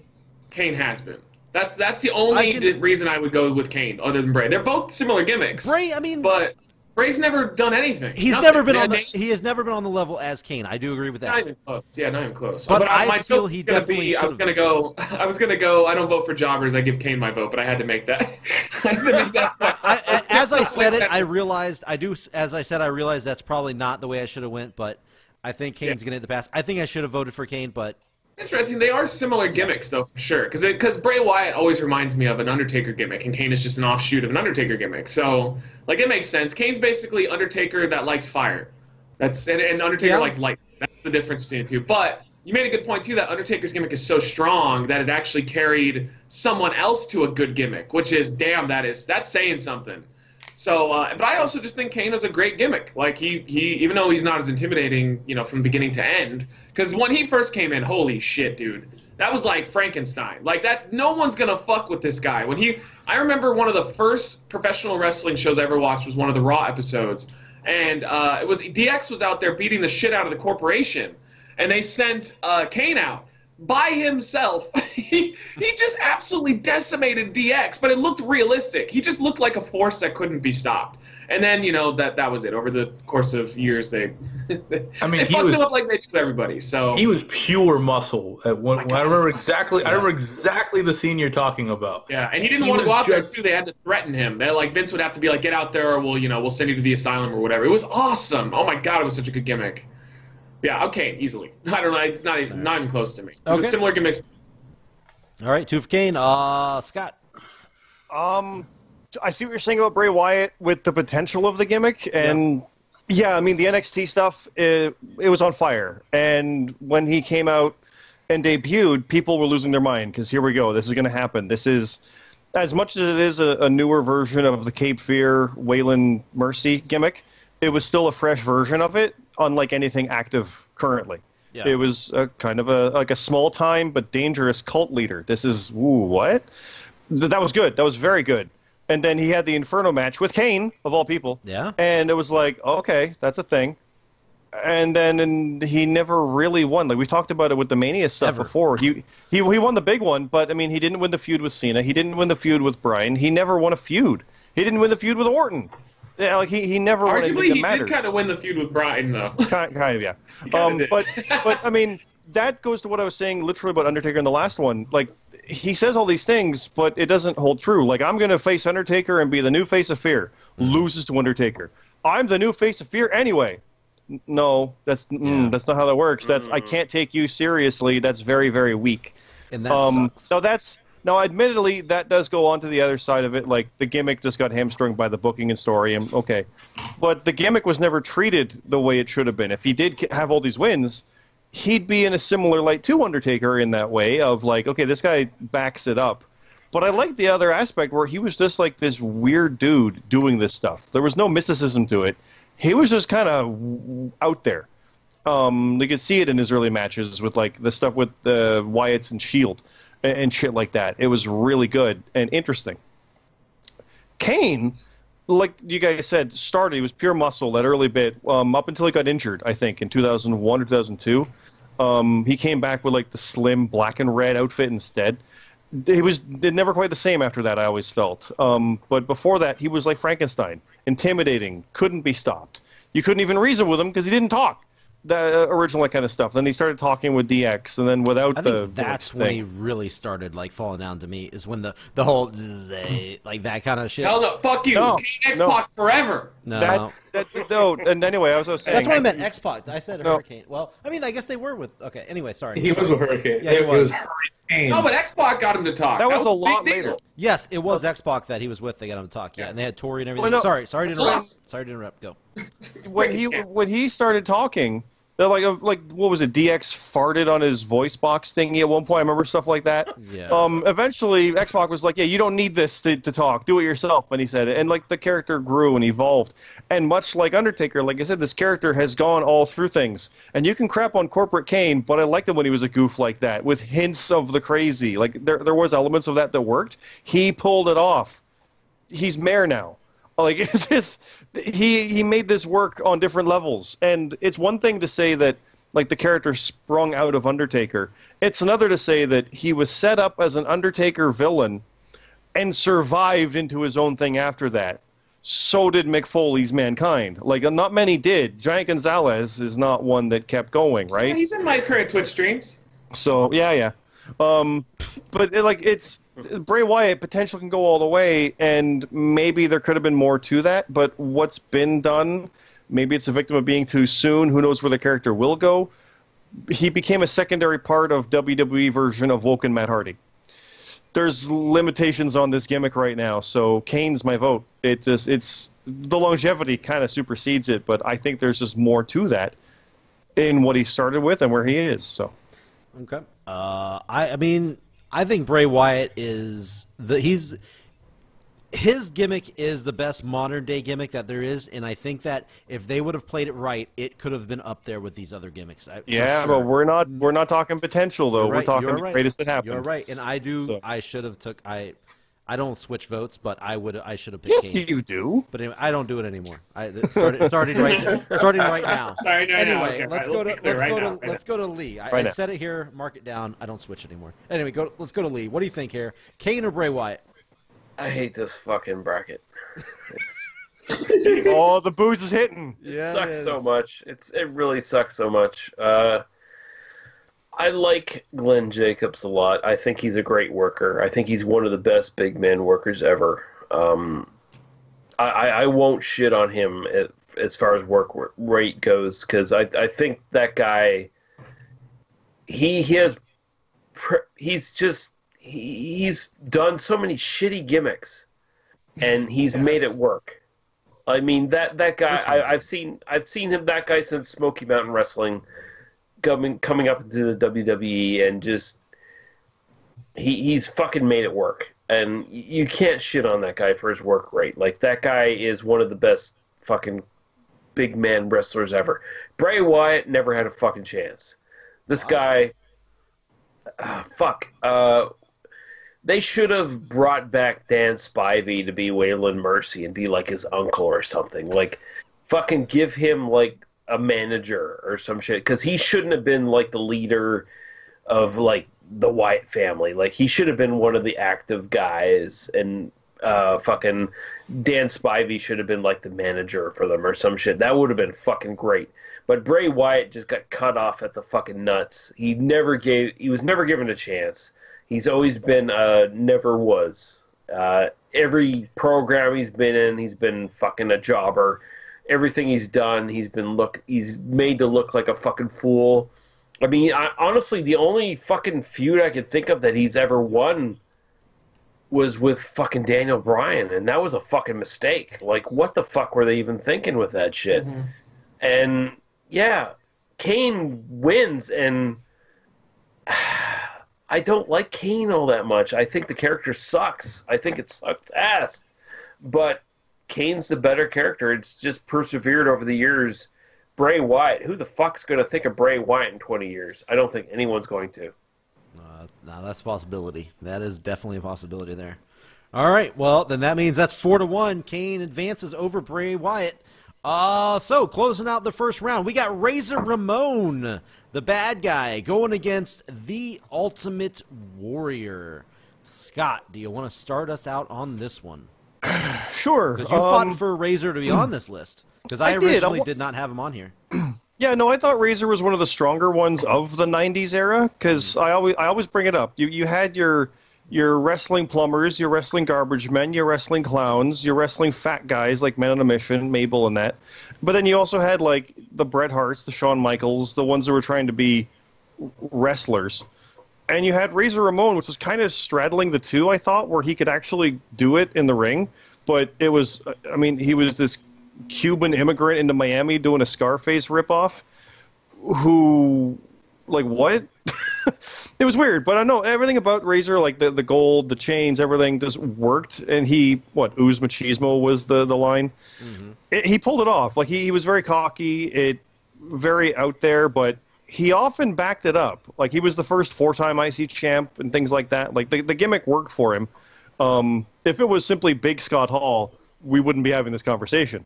So the gimmick definitely propelled him, I think, to somewhere beyond what he was doing. So much so that he kept it, and there was a lawsuit when he went to WCW because it was too similar to his WWE one that caused confusion. That's how strong the gimmick was. So I'm all for Razor on that regard. Ultimate Warrior was literally like face paint and tassels gimmick on a guy who ran to the ring and got tired. Mm-hmm. But it was very Hogan-like. And oddly enough, we don't have Hogan himself on here, but he kind of fell into that persona elevated thing like a Stone Cold or The Rock. Hogan was the unbeatable whatever. Well, Warrior is even more of that gimmick, so he kind of is a better fit to have here. It wasn't that great of a gimmick, but it definitely was more successful in a shorter time frame. It's actually kind of a hard one because one was a very solid gimmick that worked for a while. The other one was just like flash in the pan and hot. Mm-hmm. But holy shit, was it ever? I like both. This is a weird one. I need a second to kind of keep mumbling away as I try to figure this one out. And I look at the rest. Do what I do. Just do what I do. Close your eyes. No, just close close your eyes and say Razor Ramon, Ultimate Warrior, which had the greatest gimmick of all time. And then you come up with Bray Wyatt. No, Yeah. you know what? What should have been Bray I Wyatt. think there was more to Razor. I'm going to go with Razor. There was more to it. See, it works. I think. Told you. See? No, that's not what I did though. See, you're welcome. All right, No. going to Lee. Going to Lee. What you got? Razor Ramon, Ultimate Warrior.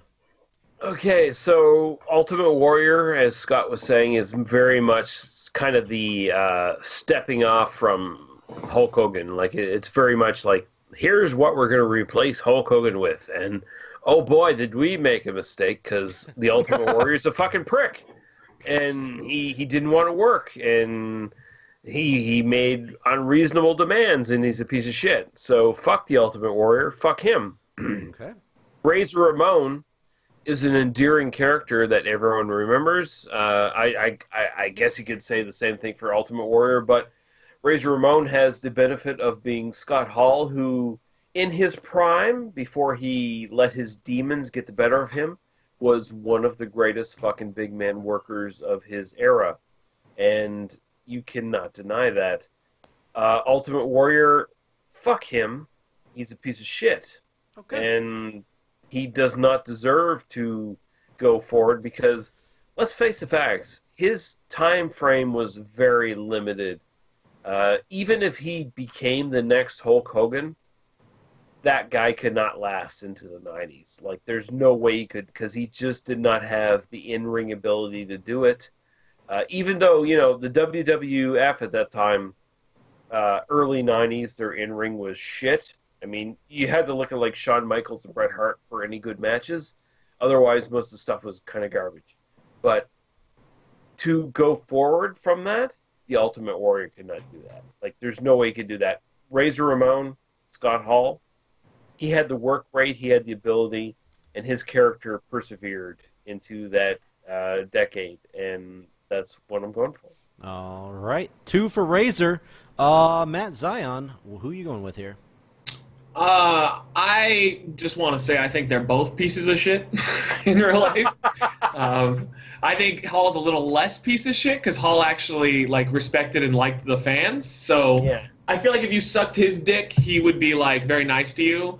Especially if you're one of the ladies, if you're ever on his back in the day on Twitter where he was constantly just basically asking for someone to come over and have sex with him. I think he still does that, actually. Might still do it, so there we go. Yeah. But yeah, there's both pieces of shit. I've heard nothing but bad about both guys unless they're like the workers talking about him. The only difference is the workers also hated Warrior. So, Yeah. but like, yeah, they're both just pieces of shit. Gimmick-wise, though, Yeah, that's I what didn't we're really here for. ever. I didn't understand the Warrior though. I never really got the gimmick. Again, this is a different era for me. I never really watched back then. I'm looking back through history. What the hell what was he? A cocaine addict? I don't. Like, He was the ultimate. Just No, he was whipping the a fucking ultimate. line off of Vince McMahon's chest and then running out there blowing up after 2 seconds. I never got who he was. Sounds I know right. exactly who Scott Hall was. he was just Scarface, and that's fine. He was really good at it. He and I also don't- was doing blow, yeah. Yeah, no, well, yeah, but he was open about it. He wasn't pretending. He wasn't like Warrior, who was always saying he was clean. Go fuck yourself. Come on. So I'm gonna go with Halls just because I don't care about either of them really. Again, both of them before my time, but I thought Halls was a more fun gimmick. Okay. Rab. Oh, God damn it. I don't like Ultimate Warrior literally at all. I could not like Ultimate Warrior less. I didn't like him when I was a kid.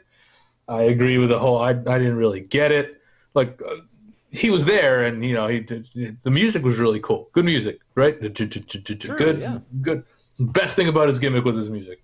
And then yeah, he came out. He shook the ropes. He did the thing with his hands, with his arms. You know. But besides that, who gives a fuck? I mean. I've never understood why Ultimate Warrior was so enduring. I've never gotten it. I think it was just the like his look, like just the muscles, the hair. It was very live action. the tassels for the 10 year Yeah. olds. He What? did 2 minute. I was- 2 minute squashes. That's what. I was a his kid. I was a kid. As a kid, I was like, yeah, I don't like this. I agree. I was the same way. I was more of a Hogan fan though. That's why I was also more of a I Hogan didn't fan. like Warrior because I was the Hogan guy. See, I'll just jump in to put that through. I was a Hogan fan, but it was starting to wane when Warrior came along, I'm like, "Ooh, this is new. I like this." Well, there you go. That's That part of might- where it came from. Okay. And from that era, that's how that kind of went. So, Well, and then on the other side, you have, okay, as someone who lives in Miami with a lot of Cubans, I can tell you they don't speak like this. Yeah, I think he was born in Germany. So I mean, he could not be less I mean, this is also true about Al Pacino. Neither of them are. It sounds like a regional problem. Awful Cuban. Nah, that's what you all sound like. I watched him. So He's racist. First off, Thorian. I'm not Cuban. Secondly, they don't all talk like this. I mean, you just did it right now, so you probably talk like that. what do you Look, saying, man. Chico? Look, Mang. Look, man. Man, Look, man. what are you saying, man? What you Chico? saying about us talking like this? We do not talk like this, man. So Hey, Probably hey, good that listen, they sued him Vince and made him stop McMahon doing would that. Vince would not clear that shit if it was not 100% aesthetic. So I mean, I to be fair, I liked him a lot better as Scott Hall in WCW. I think a lot. Yeah. And he was a great worker and shit. I mean, I'm not trying As to a diamond stud. Yeah, that's exactly what I meant. I mean, I'm not trying to shit on Razor Ramon. He's super cool. I mean, to be fair, even with his terrible fake accent and not being from Miami at all, he's still super cool and all that. But I'm not a huge fan of the gimmick. But I'm still, obviously, it's better than Warrior. You said you're going Warrior? I'm going Razor Ramon. is it better than Warrior? Oh, better than Warrior, you said. Okay. Yeah. All right. Well, that's 4 for Razor Ramon. I'll just get mine out there super quick. No, I am not a big fan of either of the gimmicks. Razor Ramon's, to me, was never very clear-cut. I don't think it was... Yes, he put on great matches. Him and Michaels, they put on fantastic matches and stuff. But his character, he had a nice look. He had the cool hair with the little bit coming down in the front. He had the toothpick. It was all real cool looking and stuff. But man, the gimmick never made sense to me. It's the whole I'm the bad guy, but yet I don't know. It just wasn't clear to me at the time. Sorry, I'm hearing like an echo, so it's distracting. Ultimate Warrior, man, never really big on Ultimate Warrior either. Gimmick, just as everybody else was saying, I don't really know. It wasn't clear. It wasn't a clear gimmick. Yeah, he was super jacked on steroids, obviously. He had the big hair. He had the tassels. He had everything. He had the cool look, again, like Razor Ramon. But I didn't know what the fuck his gimmick was besides a guy that just squashes people. So Linda McMahon's best friend. maybe, yeah, it was... I don't know. Either it's a squash for me. Either one of these, it doesn't matter. I probably would have voted for Razor Ramon, but I could care less, actually, between these two. I'm not a fan of either one of their gimmicks. So I am going to vote for Razor Ramon just so he gets a 5-0 over Ultimate Warrior. So there you go. That is the end of round number 1. Now everybody who's heard our honorable mentions and heard our picks can complain on Twitter and YouTube comments about who we left out. Nobody's going to watch this. Don't worry about it. Start did bitching, say- bitches, because I'm gonna fucking fight you in the comments. There you No, go. oh, he will too. That's his gimmick. I So- did say kind of during our thing, I was like, oh, we forgot Macho Man. But then I It's not thought really a about gimmick, it. though. It's really him to the nth It's just degree. him, yeah. We didn't Listen leave to him talk. It's just macho. That's Yeah. him. The more I thought about it, I'm like, that's not. Yeah. That's Yeah, it's not a gimmick, baby. Yeah. So looking at the goddamn. So looking at the second round, we're gonna start off with match number 1 on the top left side of your brackets: Doink the Clown versus the Nature Boy Ric Flair. Rab, how about you kick us off here? I mean, Nate. I'm not even. We already talked about them. Nate. Okay. So that is gonna be 1 for Nature Boy. Matt Zion, what do you got here? I'm going Doink. I was iffy on Flair because, again, it's just him. If you hear him talk in real life, the only reason I kind of gave him the leeway is the fact that he was the first to do it. He was the first to like really excel at that gimmick and really, because there's other people that did it, but he was the best. He wasn't the first. He was to the do it, best, yeah, not but he the was first the best. Nature Boy or anything, but he was the best. I He's the agree. one that everybody calls the Nature Boy. He is Nature Boy Ric Flair. Yep. But like again, I kind of think it's a macho issue is that he's very borderline just himself. Whereas Doink, if you knew that guy in real life, what was his name? Matt Bourne, whatever the fuck his name was. He was crazy. he had nothing in common with that clown at all. That was just a gimmick. And again, I still say Doink will be eternal. And so will Flair, obviously, but they're not going to be able to dress up some random idiot and call him the Nature Boy. No, it'll be Ric Flair. He'll never die. Yeah, it's just, but I'm going to go Doink. I think gimmick-wise, I think the gimmick was just way more memorable for me as a gimmick. And obviously, if we're talking any other aspect of wrestling, Flair would win. Yeah, I'll go here. I agree. I think Doink the Clown is the better gimmick over Ric Flair when you think of just WWE. I think overall the package of Ric Flair, I think his earlier stuff was a little bit better than what he brought to WWE. So I think if we talked about his entire package, Flair probably would have got the nod. We shouldn't be talking about Flair's package. That's Space Mountain. It's hard not to talk about Space Mountain. It is hard. Yes, to talk about it's it. very hard. It's pretty big. Yeah. But oldest ride, longest line. Yeah, both of these guys. Let's be fair. When we talk about like who are we going to talk about in 20 years, both of these characters, they're both they're iconic. Yes, Flair is he's had all the world titles. He's the best wrestler, arguably one of the best wrestlers. Doink the Clown, he was a clown, but. No, I'm saying no. I know when you say that. It's so good. He's a clown. Fuck. No, that's what I'm saying. That's how big I think Doink the Clown is. Nature Boy, he's 14 titles. He's got everything in the world that you would ever want to have a professional. 16 titles, bitch. 16 titles. He's got everything in the world you'd want to have a professional wrestler, and he's going up against Doink the Clown, like just Doink. Just a clown? That shows you how big Doink the Clown is, in my opinion, that Doink is going to be remembered forever. And I think gimmick-wise, we're talking just gimmick here, not worker, not wrestler, not accolades, nothing. I think Doink the Clown is the better gimmick over the two. So I am going to pick Doink the Clown as well.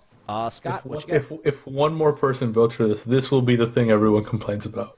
That's okay. I actually don't think so. I think some people. I think you're completely wrong. You're out of your fucking mind, Bob. Entirely misjudge our viewership.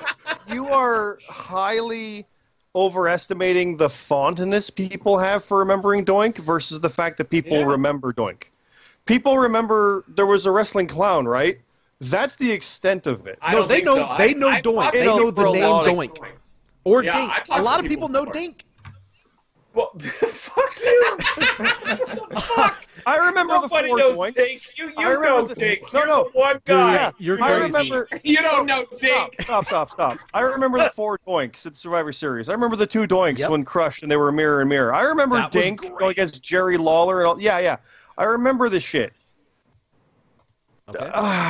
No one wants to It's remember not it. a good memorable though. Okay, and then this is your turn, so you get to pick here. Yeah. That's the difference there. Okay. Jake, I think they're full of shit. Now here's the problem. When I'm hearing my own echo, by the way, I don't know who's got their thing going, but yeah. Coming through. But the problem is, I voted for Goldust over Flair for the exact same reason I'm voting Doink over Flair. Yes! Wow. It is a stronger character overall. You Even though motherfucker. You Ric were just Flair, arguing like I was wrong, but yet you're Piece of No. shit. it's everything I'm saying about Doink. Yeah, it's weak, but the Flair character doesn't compare to it in this. I fucking hate you. You piece of shit. This is the end of the Outsiders. All right, so Now, the fact that Flair is so popular at the Joe Rogan special on Netflix, he said the name Ric Flair, and people went, "Woo! The gimmick is strong." But no, I can't not. My own logic, and I'm angry at myself. People at Astros have games to go say- woo literally You're all the dead to time. me. You're dead to me. I'm sorry, piece of Leo. shit. so Piece of shit. You're dead to me. so this is Lee. So now Lee, sorry. it's your turn, Lee. Are you picking Doink?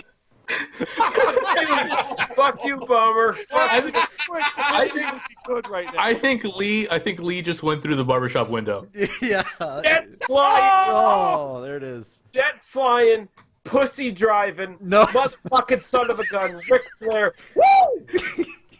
Okay. I cannot believe you. No, I should do the bomber gimmick. Okay, I mean, if that's the way you guys want to, wow. I mean, a shocker. If that's the way, I think if that's the way it's gonna go. I mean, this entire fucking tournament. I hate myself for it, but I can't. This is a Fuck you, tough Ric Flair. tournament. Bummer. I'm not agreeing with you in any way, by the way. No, Great, look, let me know. yes, you are. No, yes, you are. Well, we You are both picked agreeing Doink. with I'm Bomber. saying it for different reasons. okay. You're agreeing with Bomber completely. By the As a way, choice overall, yes. by the way, if this was just overall, including WCW, including NWA and all that, I would have picked Ric Flair. I think his stuff there, his character there. Oh, did better how stuff. quaint. I agree. No. Thanks, Bomber. I said Thanks that for when I was talking too. When I was doing my thing. No, thanks. That's great. It's great. It doesn't matter now. I agree. It doesn't. Doink No, I advances. agree. No, if it was overall, yeah, no, Doink, no. Doink advances. Doink advances past Ric Flair. What a fucking Wow. Okay. Wow. Sure. It's 3-2. It was. Yeah. 3-2. Not I mean, everybody. I mean, I think the wrong guy went through, but It's possible. No shit. yeah, I mean, No shit. here- This tournament just lost all of its fucking It's legitimacy. so It's now- Lawrence Taylor, Bam Bam. Here we go. By the Something very way, important to say. I have something very important to say. David Flair, when you're feeling very sad, don't go for help. Just, drugs are awesome. Probably do heroin so I can win the death pool. Okay. all right, Yeah, here we go. Dory, I hope you die really soon, dude. You're looking really bad. Here we go. Dear Lord, here we go. Moving on. $1 Million Man, Ted DiBiase versus Vince McMahon. Some say the $1 Million Man Ooh, versus wow, that's the a great real. match. Yeah, versus let the me real go. $1 Million Can I Man. go first? Because mine's gonna be short. Sure. Yeah. Go Let me go for first it. because mine's gonna be short. Go for it. I mean, you got the fake $1 Million Man. You got the real $1 Million Man. Go with the real one. This McMahon. Okay. That's one for Mr. McMahon. Lee, you want to go next? Grapefruits. Yeah, there you go. What? That's his vote. What? Was that your vote? I don't That's know his what vote. that. Okay. That's Mr. McMahon. How do you know that? Grapefruits. I got that. Okay. I didn't know that was his Name vote. any other time where you can just walk That's around how and he yell describes grapefruits and you're not a testicles. crazy person. All right. I guess 2 for Mr. McMahon. I guess I'll go and bring some fucking legitimacy now to this match. No, $1 Million Man. No, for real. No, $1 Million Man was the better gimmick. It was so fun watching him and the things that he did. He brought in it's stuff I already said with the belt and like the little skits where he brought in people to do little stunts and little games and stuff. It was so much. It was so good, and the character was perfect. It is one of the more iconic characters ever in wrestling, not just WWE. We're talking wrestling, period. Vince McMahon, like I said, I even picked Honky Tonk over Vince McMahon. Vince McMahon's gimmick was a little. It was almost too real. It was like not almost gimmicky enough. I feel it was almost too real to get the win over $1 Million Man to me. So I'm going to pick $1 Million Man. I think the gimmick, it was more over the top. It was more fun. It was more memorable. It was more. It was just the better gimmick, in my opinion, over Mr. McMahon. So I'm going to go $1 Million Man. Who didn't go? Scott? Scott didn't go, right? Not yet, no. Go for it. I kind of agree with you there in a bit. I think McMahon had a better opponent in Stone Cold Oh, yeah. than DiBiase did with Hogan, because Hogan was just like, I'm the superhero, and it didn't matter who the opponent was. But Austin and McMahon was very much like the yin and the yang kind of thing. Like, they worked perfectly against each other in that sense. I do agree with the over-the-topness, though. $1 Million Man was much more memorable of a character and just, like, the look and everything. Yeah. McMahon, though, just kind of took it to the next level in the same way, but that, like you said, almost got real in that way. But I still think, like, $1 Million Man, he could have just, like, why didn't he just buy the company or whatever it was? Like, that was the thing. It was worth more than $1 million, I get it, but why is he just doing all this stuff? McMahon owned it. He could do whatever he wanted, and that worked with the gimmick. So I'm going with McMahon on that. Oh, wow. Okay, that's 3 for McMahon. Who did not go? I do not remember who didn't go yet. I did not go. All right, Zion, go for it. Balls the size of grapefruits. That's it. Oh, my God. Okay, so literally nobody really gave a pick besides me and Scott, so I appreciate that. So that's good. No, but he said it best. The first one said it best. It's Grapefruits? someone who I believe the gimmick versus somebody who is pretending to be the gimmick. Mhm. That's it. But like I said, I love $1 Million Man, and I almost picked him anyway. It wouldn't have mattered in the overall, but it's like, nah, Vince did it just that much better. Okay. All right, moving over to the right side of the brackets here, round number 2. I just noticed the bracket we have there. But anyway, next side. Yep, we have Mr. Perfect versus The Undertaker. Matt Zion, let's hear from you first here. I mean, I really like Perfect, but Undertaker is like going to the finals for me because Undertaker is just like one of the. It shouldn't work. It's one of like if you look at it, it's really stupid. The fact that like if they tried that gimmick, they've tried it. They've tried it now. It doesn't work now. It always comes off as like hokey or weird and shit, and so it does with him too. But because of nostalgia and timing and him being a very good worker back in the day, everything just kind of perfectly came together in a line to make this ridiculous gimmick work. And whereas Perfect, again, I really like it. I think it's a really fantastic gimmick, but Undertaker's is just so eternal. Undertaker and Kane for me are like two of the best gimmicks in professional wrestling, and it's kind of in part with like without each other they wouldn't be as good. It's the fact that they're so intertwined that makes them both so good and makes them be strong individually. So I'm gonna go with Undertaker. All right, Lee. Mr. Perfect unfortunately had the bad luck of his gimmick dying really quick because his body gave it. That's the thing with him. I mean, The Undertaker is one of the greatest gimmicks of all time. There's been a lot of bullshit with that gimmick, but at the same time, he's just been such a great worker and such a great personality that he's managed to persevere through all this shit. Unfortunately, Kurt Hennig, his demons got the best of him, and his injuries got the best of him. And that's a great gimmick that got cut off short by those things. So The Undertaker has to go through on this one, as far as I'm concerned. All right, that's 2 for Undertaker. Rab, who you going with? I'll give a real review of Undertaker this time because last time was kind of jokey. I mean, yes, I have had a lot of problems with what the Undertaker has become in the last, some say 4 years. I really do think it's more like 12. Yeah. Since it's 4, I really do think it's more like 12. Ever since he went part-time. But that doesn't discount all the things that came from before that. His gimmick from, just being the undead guy in purple with the gloves. I was never a fan of the gloves. To eventually just being this evil force, and to eventually being the dead man, and all of that is as good as it gets in wrestling. Rami mentioned during the first one, all you need is the gong. If that's not proof of something, I don't know what is. That was me. Yeah, that was Scott. Oh, well. That's right, though. No, You weren't even me, trying Austin. that time. Sorry. It was Scott. No, all you need is the gong. If that's not proof of something, it's arguably the greatest, pure gimmick of all time. So for sure, I mean, I love, I talked about it before, I love Mr. Perfect, and his gimmick is perfect. But I got to go with The Undertaker. All right, that's 3 for Undertaker. I'm bad at keeping track of who hasn't gone yet. Zion, you gone? Yeah. Who the fuck hasn't gone? Scott? Yeah, me. God damn, go.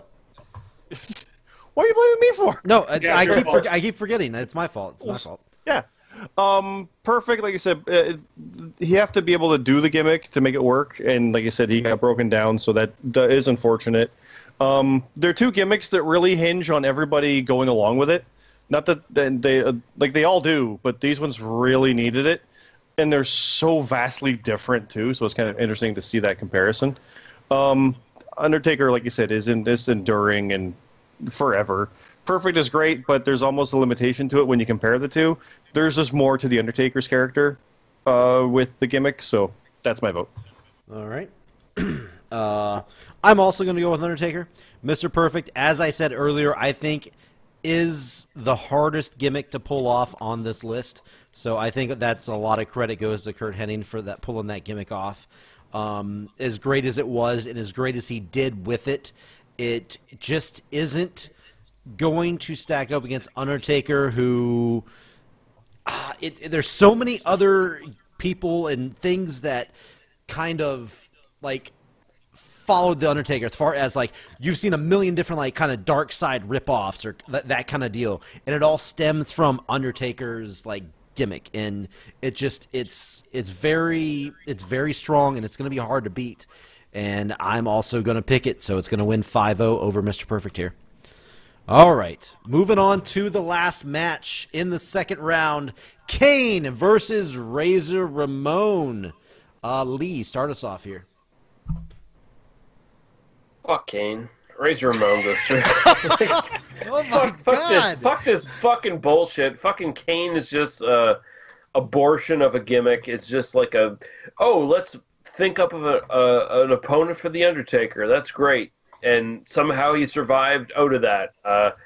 Credit to Glenn Jacobs for being a good worker and somehow managing to make his bullshit gimmick, which is even more retarded than The Undertaker's over the years, somehow make that work. That's great. Kudos to you.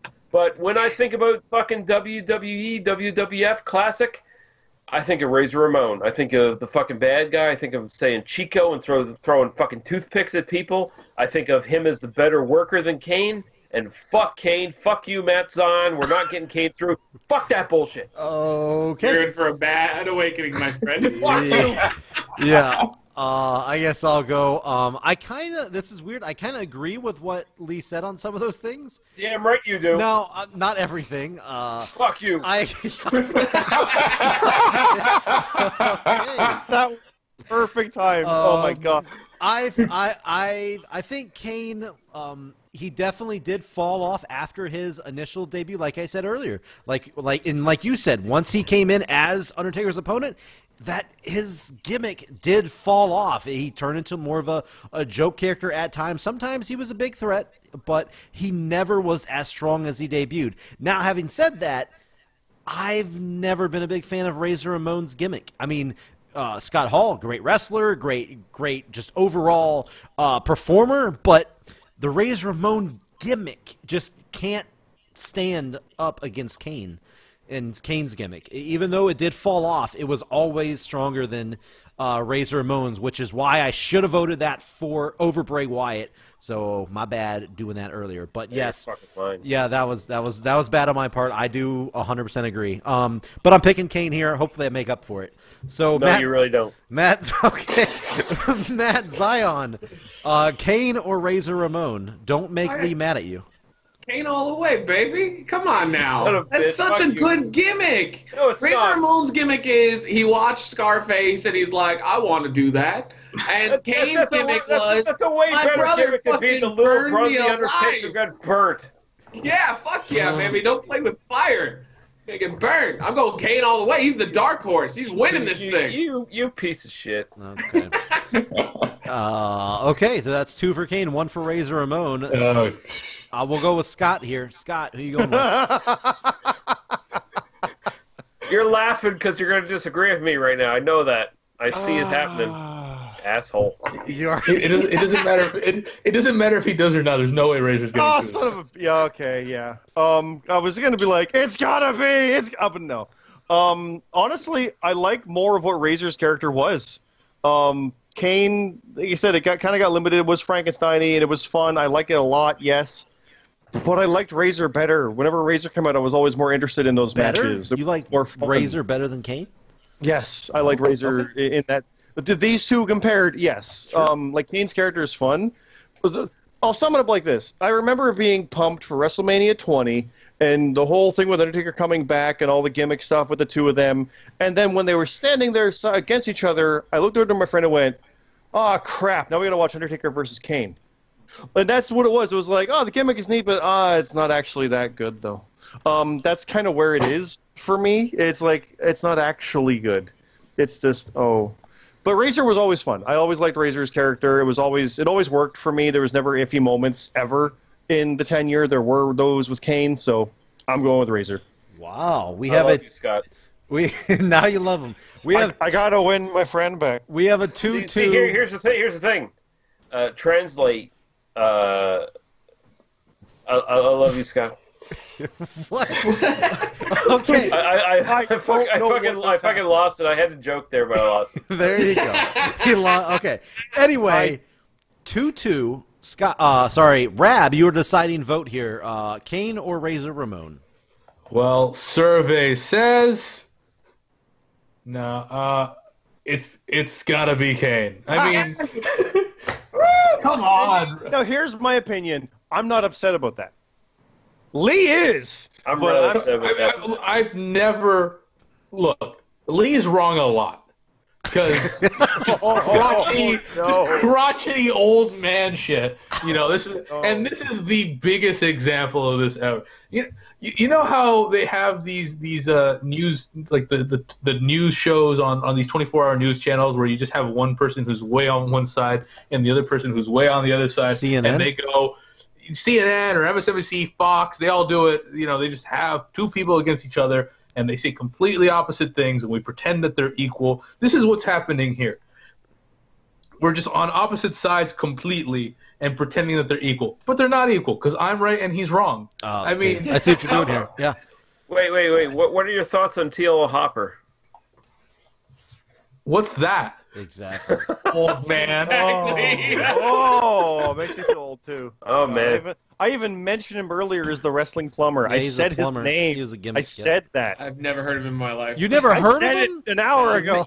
T.L. Hopper, dirty white boy. He was the progenitor of Stone Cold Steve Austin's character. I'm younger than you, Zion. I've heard. Well, I mean, you started watching later than me. But anyway. Don't fucking laugh. He was fucking Stone Cold before Stone He was Cold. having sex with Steve Austin? He was better than fucking Steve Austin. Whatever. Look, I'm not here to talk about fucking Uncle Cletus and shit. Moving to the third round, the semifinals, guys. I'm not done yet. Yeah, Wait, you said Kane. I did, though. Wait, You're done. I mean, if you have something else to say. Well, I guess you really didn't talk about Razor, but you have anything else to say? I'll let you talk. Yeah, Razor, it's not a good gimmick. It's an awful gimmick. I don't understand. It's a terrible gimmick. A great worker who transcended. It's not a good gimmick. It's a great worker who transcended the bad parts of his gimmick. You know, the good part was that he was cool, but that's just him. He's just cool as fuck. He's just a cool motherfucker. I'm really surprised how racist you are about fucking Cubans. It's like terrible. So moving on. Very surprising. So you're done now, I assume. Very, very racist. Now I'm done because I did want to talk about Razor Ramon. Okay. Because that's why you skip it. Yeah. So you want to say that he's terrible? Okay, got it. Well, I don't want to say he's terrible. I'm saying that look, Razor Ramon, his gimmick was bad. He was good. Yes. All the good things about his gimmick had nothing to do with his gimmick. It had to do with the fact that he was charismatic as fuck and super fucking cool. Okay. But that was true as Scott Hall as well. I mean, without the Razor Ramon gimmick, he was still super fucking cool. He's just cool. He's just charismatic, cool motherfucker. So it has nothing to do with the gimmick. The gimmick's shitty. All right, so here we go. Semifinals on the left side of the brackets. Doink the Clown versus Mr. McMahon, Vincent Kennedy McMahon. All right, guys. Let's go with Matt Zion. Let's have him started off here. Well, it was Vince versus Doink, yeah? Yes, Vince versus Doink. Yeah, I'm gonna go with Vince. Doink is still really good, but Vince is like probably my favorite heel of all time. Just that character was so fucking good. I mean, it brought people into the mainstream of wrestling again. Like, they had everybody, they lost everybody, and then this gimmick was so fucking good where they wanted to see him get his ass kicked that he brought back more people, well, not more, but close to as many people as were around during the Hogan era. Like, they almost legitimized wrestling again, except with Hogan, people saw it as a real sport, and with Vince, it was like, we're going to fuck this hooker in the ass. It's going to be fun. Like that. I don't know how that's a good analogy, but that's what I felt that. All right. But yeah, I'm going to go with Vince on this one. All right. I'll go next. Well, yes, Vince McMahon definitely drew more eyes onto the product than Doink the Clown did, but, I mean... I like his character better. You like what? I just liked his character better overall, too. That's why I meant. It was from a gimmick standpoint, not just drew more money or anything. I liked his character better. Sure. I mean, I can see arguments. I can see arguments for it. no doubt. But I just don't buy it as a better gimmick, though. Like Vince McMahon, the evil boss gimmick, did he pull it off great? Yes, he pulled it off great. And these both are very good gimmicks to make it this far in the tournament. But man, Doink the Clown is, when I think of WWE gimmick, I swear to God, one of the first things that pop in my mind are Doink the Clown. I don't know why. I don't know if there's something wrong with me. I don't know if I'm the only one. Yeah, you need to go to the doctors. Yeah, Okay. brain damage. Not to interrupt you during the bomber, but when you think of the gimmick, you think of that gimmick. But are you thinking of it in a good way? That's the important difference there. Just because you think of it doesn't mean it's good. I said that before when you said that. So it's like, I mean, I haven't really thought. I mean, the fact that It's I'm borderline. thinking of it, I feel like that definitely means it's good. And No. it was good. No, it doesn't. Because you think of something doesn't mean it's good. I fucking think of Trump all the time, and I take a shit when I think of him. Well, Katie whoa, Vick let's jumps leave. to my mind all the time, and I'm like horrified. I'll wait for mine. Let's but yeah. leave politics out of this, okay? Okay, I think Trump of Jake's 2020, horrible here we go. decision making all the time, and I take a dump with it. Is Okay. that better? Well, there you go. All right. That's not politics. That was policy. Okay, so see, now you got me all fucked up. Well, I don't even know what you were talking about. I just wanted to talk about Trump. It's my passion. I know. Okay, I'm going Doink the Clown because at the end of the day, as I said earlier, I've already said it a couple times now, Vince McMahon's character, the gimmick, I feel was a little too, real. It didn't really feel to me personally like a gimmick. It was a major plot line, a major story. It got a lot of eyes on the product. It was huge, no doubt about it. One of the biggest things ever in professional wrestling. But when I think of gimmicks, I just don't feel like it was better than the Doink the Clown gimmick.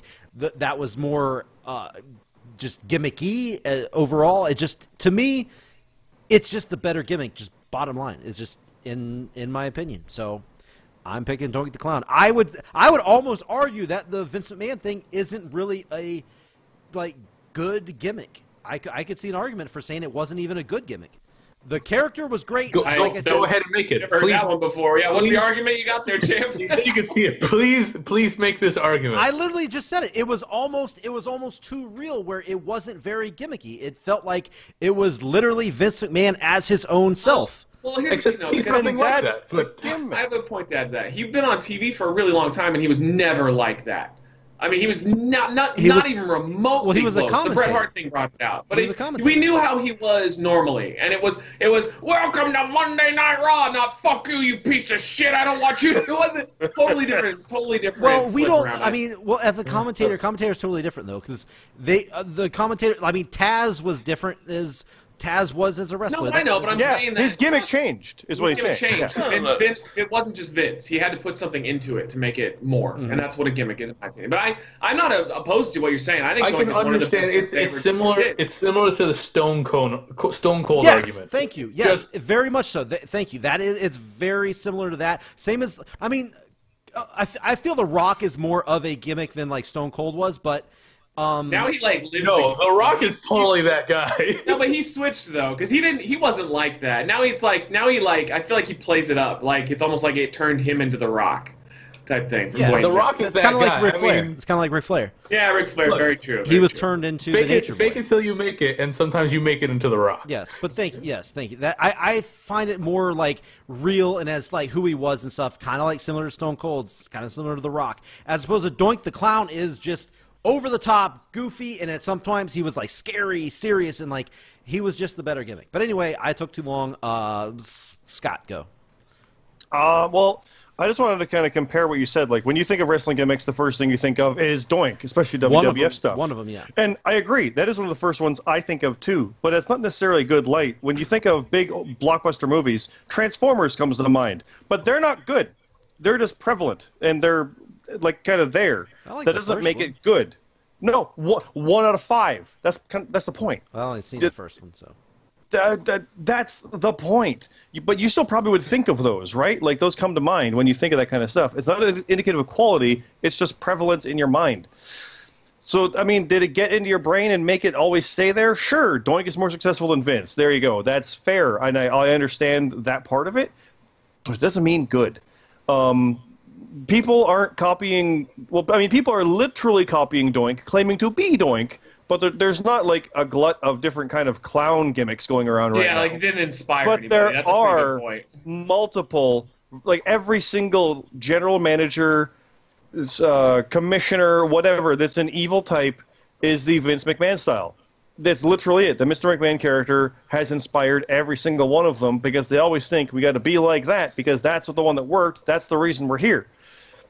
I got to go with McMahon on that. Okay. I mean, I can see an argument saying, like, that's why Doink could stand out as being better because, that it's its own thing. Vince McMahon was more of, like, an evil boss, which you can spawn off different evil bosses, but Doink the Clown is Doink the Clown. You know what I'm saying? Yeah, but McMahon was the first of its type. Sure. I can see that. Yeah. Okay. Yeah, no, it is. So, yeah, I mean, I don't know for sure. Like, there might have been other ones. I don't know, but there may have. That's the first I remember. So none to this level. And even if people say like it was Vince himself to an nth degree, well, I don't believe that he was literally that selfish and whatever. If he's backstage and it's like Batman, Bruce Wayne's the gimmick, if it's that kind of thing, fair enough, whatever. Yeah. But the character that we saw portrayed and the way he acted and the way it goes is definitely over the top. And it's not really him, because he wouldn't be in power and all this everything. Like, it is a gimmick at some huge level. So it is. And yeah, Doink might be the one that you look back on. Doink will end up being, in 100 years, would be one of those things where they talk about, in a textbook, if they made it, about wrestling gimmicks in the 90s, you would see a picture of Doink. You got that right. Yeah. I think on the chapter about evil bosses, you'd have it starts with Vince. I would actually argue... In the chapter of wrestling, you'd have Vince. I actually think... Well, different topic, but... I think, yeah, that's different. But I think if there was, if you load up, like, if we're talking about, like, textbook example, if you turn to the page where it says gimmicks, I would almost argue that there'd be a picture of Doink the Clown there for when you talk about gimmicks. So does someone other than Bomber get to make an argument at some point? Sorry, yes. Rab, go. I'm sorry. Yes, sorry. Go. Well, I mean, I got to agree with what Scott said about the fact that it is, your argument seems to be based on Mr. McMahon's not actually a gimmick. And I see where you're coming from with that. It's the Stone Cold argument. But I just think that you're missing the mark on it. It's really, really over the top. It's a really over the top human being who's just the worst human being ever. Just an enormous piece of shit. Mm-hmm. He made Trump be a face. And look at it that way. So it's a fantastic gimmick. It's a gimmick that revolutionized the industry. Everyone wanted to do that afterwards. WCW tried it like 9 times, in a 3-year span before they went under. It changed everything. And there tried to be so many, and to this day, there tried to be so many gimmicks like that. So, I mean, Doink, I said it once, and if Ric Flair had made it this far, I would have voted Big Man over Ric Flair. It's that great a gimmick. It's an all-time great. I'm going McMahon. All right. Lee, you still with us? Yes. All right. Who you got? The incredibly ignorant idea that gimmicks should be divorced from the real person, which it seems to be what I'm getting from the argument here, is retarded as fuck. There are exceptions to the rules. Let's not get it wrong. There have been great gimmicks over the years that have been portrayed by people who are just totally divorced from those gimmicks. They're not the same person. But the best gimmicks overall in the history of wrestling have always been a heightened version of the person portraying that gimmick. So you look at like Stone Cold Steve Austin, you look at Ric Flair. Those people, they're portraying heightened versions of their personalities. Vince McMahon is portraying a heightened version of his personality. Doink the Clown is definitely not. That is just a pure gimmick that is not... it doesn't have any personal investment from anyone portraying it. It really doesn't. It's just someone playing an evil clown or a good clown, depending on whether they're face or babyface. Vince McMahon is basically playing Vince McMahon, and he's doing a fucking great job of it. And Vince McMahon goes through for me. I see what you're saying, but that's like the exact argument why I picked Doink the Clown, though. Yeah, but your argument's shit. Okay. Well, there you go. Well, there you go. No matter what, I can't say anything because Vince McMahon, Mr. McMahon character wins. And I think it's 4-1, by the way. I think this also could have been, I don't know if character versus gimmick is a thing. We really didn't like specify that, but I feel like the Vince McMahon character is a way better character than Doink, but the Doink gimmick is a way better gimmick than the Vince McMahon, the evil boss gimmick, if that makes any sense. But nope. Either way, moving on. If you want to talk about what drew more, and that's part of your criteria. No, Drew Moore. Are you kidding? Oh, that's undeniable. Yeah, no doubt that Vince McMahon drew more money. But anyway, moving on. On the right side of the brackets, semifinals: The Undertaker versus Kane. I mean, isn't it great that it worked out that way? I mean, isn't that just wonderful? I mean, now we got to have Undertaker face Kane. I feel this is an obvious one, but we'll let Lee start it off here since he loves Kane so much. Undertaker, fuck this bullshit. Just get it over with. Undertaker is so much better than Kane. And here's the thing: Glenn Jacobs is a great worker. I will not throw him under the bus as far as that's concerned. But honestly, I think the Undertaker is a better worker than Glenn Jacobs. I think Mark Calloway is a better worker. He's a better character. Watch this. Glenn, don't. Just trust me, Glenn. I don't care if he watches it. Fuck that guy. He's apologizing for Saudi Arabia. Fuck that piece of shit. Well, Knox County, vote him out. I thought Fuck that libertarian piece of crap. Fuck him. I thought we were gonna leave politics out of this one, but I guess that was fucking. You're right. Said, hey, fuck you. That was 3 beers ago. Yeah. Anyway, so Rab, what do you got here? I know you're a big fan of Kane. I am a big fan of Kane. I know. His gimmick is so good, it got him elected to office. No. It's true. It did though. No, his popularity, his lack of personality got him elected to office in Knox County. His campaign was, "Hey, it wasn't me fucking the pretend dead corpse." You're right. It was Triple H. That's true. No, I mean, Kane is a fantastic gimmick. I love that it ended up being Kane versus The Undertaker here. But just as in that, The Undertaker wins. Okay. Zion. Okay. Here's my logic on this. Please, Lee, please do not jump through the screen. You fucking piece of shit. Listen to what I'm saying, though. I hold them both in the same regard. I like the gimmicks equally. I've always liked the gimmicks equally. At different points, they've shifted a bit. Like, I would say right now, obviously, Undertaker is a much more interesting character. I love seeing how much his gut will wiggle around when he puts the straps down. But I pretty much hold him in the same regard overall. If that's the case, I was starting to think, well, how can you... I can't tie. I got to pick one that I like more than the other one. I like the origin of Kane more than the non-origin of Undertaker. I've always enjoyed Kane's backstory. I think it's his strongest part of his entire career. It's just so good. It's such a weird, it shouldn't work. It shouldn't work at all. It's some fucking Days of Our Lives. It doesn't work. What are you talking about? No, it works. It works great. I love it.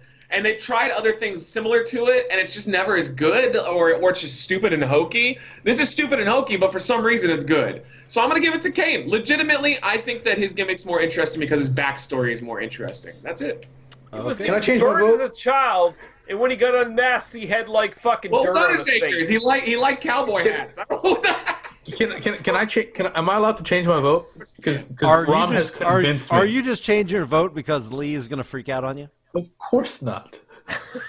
I don't know. No, I have been convinced. Look. No, Zion. I think. Look. Okay. We've been doing this for how long? Enough. 6 years or something, right? Yeah. I think there has been no greater critic of The Undertaker on this podcast than I. Oh, yeah, you hate him. I can agree. So why would it be weird for me to say that I was convinced by an argument that goes against The Undertaker? Because you have loved The Undertaker. Yes, as of late, he has definitely went down but I know you've all. I mean, if you want to change your argument, is it your argument with you? Hold on, he's negotiating. He's like, your argument about Kane? No. Isn't your argument about Kane that it started off well and then there was other stuff afterwards with the Hurricane and Xbox that ruined it for you? That is 100% my argument. Then why can't I make that argument with The Undertaker? See, here's the thing. You totally can. I just want to put this out there. I feel like The Undertaker is more compassionate to the Latino people. Oh my God. I don't think Kane in Knox County is going to vote for a lot of Latino Undertaker things. is totally a white supremacist. Whoa! He's not even a Republican. No. He is a white supremacist. Do you want? You can change if you want. If you honestly feel that way in your heart. I honestly feel this way in my heart. Oh my God! You're gonna switch your pick to Kane. I'm switching my pick to Kane. Rami made a very good argument, and he convinced me. No, he didn't. No, he did make. Zion did make a good argument about Kane actually had a backstory and origin, while Undertaker he just spawned. He just happened. And yes, that is true. Neither one of these characters had a good backstory or fucking. Kane has a fantastic backstory. No, they don't. No, he does. I will agree. No, he does. He does. The purple burned up, and he took his mask off, and he had a bunch of dirt on his fucking face. That was like 7 years later. Oh, he healed up really good, I guess? No, is that what it is? That was a mistake. The other guy went from being an undead purple wizard to riding a motorcycle. He had the cancer buzzer in his throat, and then all of a sudden he could talk normal? What the fuck? If the problem is what happened in 2003, the other guy suddenly isn't undead anymore, and now he just rides a motorcycle and wears a bandana. I am Kane. I am Kane. Now I'm just Kane. Hey, guys, I'm Kane. My throat's good again. Okay. Guys, okay. Right, Okay. who's got to go? I'm gonna go next. I am gonna go next. Keep rolling. Okay. Okay. Let me go. Because he likes Limp Bizkit. Okay, Limp Bizkit. That was good. I like that song. Anyway, here we go. Undertaker or Kane? I think it's pretty obvious the way I've been voting for these, what I've been saying about these, that Kane, though he was an extremely strong gimmick at the beginning, it has fallen off. Undertaker's has fallen off, but it was great for a lot longer than Kane's was. And overall, I think undoubtedly Kane is going to fall victim to Undertaker in this bracket, I guess, or whatever you want to call it. And I am going to pick Undertaker over Kane. Guys, Kane did have the better backstory, but he spawned from Undertaker. He's more of a secondary. Doesn't mean anything though, just because he came from somewhere else. No, that's true, but that is more of a hey. Robin is a great character. Robin's a fantastic. Yeah, but character. Nightwing is way better than Batman. I've always loved Nightwing more than Batman. Well, if that's so your argument, I guess we'll definitely not be able to. Bomber, Bomber, look, the Jeffersons. You've really turned around, in my opinion. You're the best person I've ever met. I don't know what to say. Thank you, Lee. Thank you. So what does that make me, Lee? You're like third or something.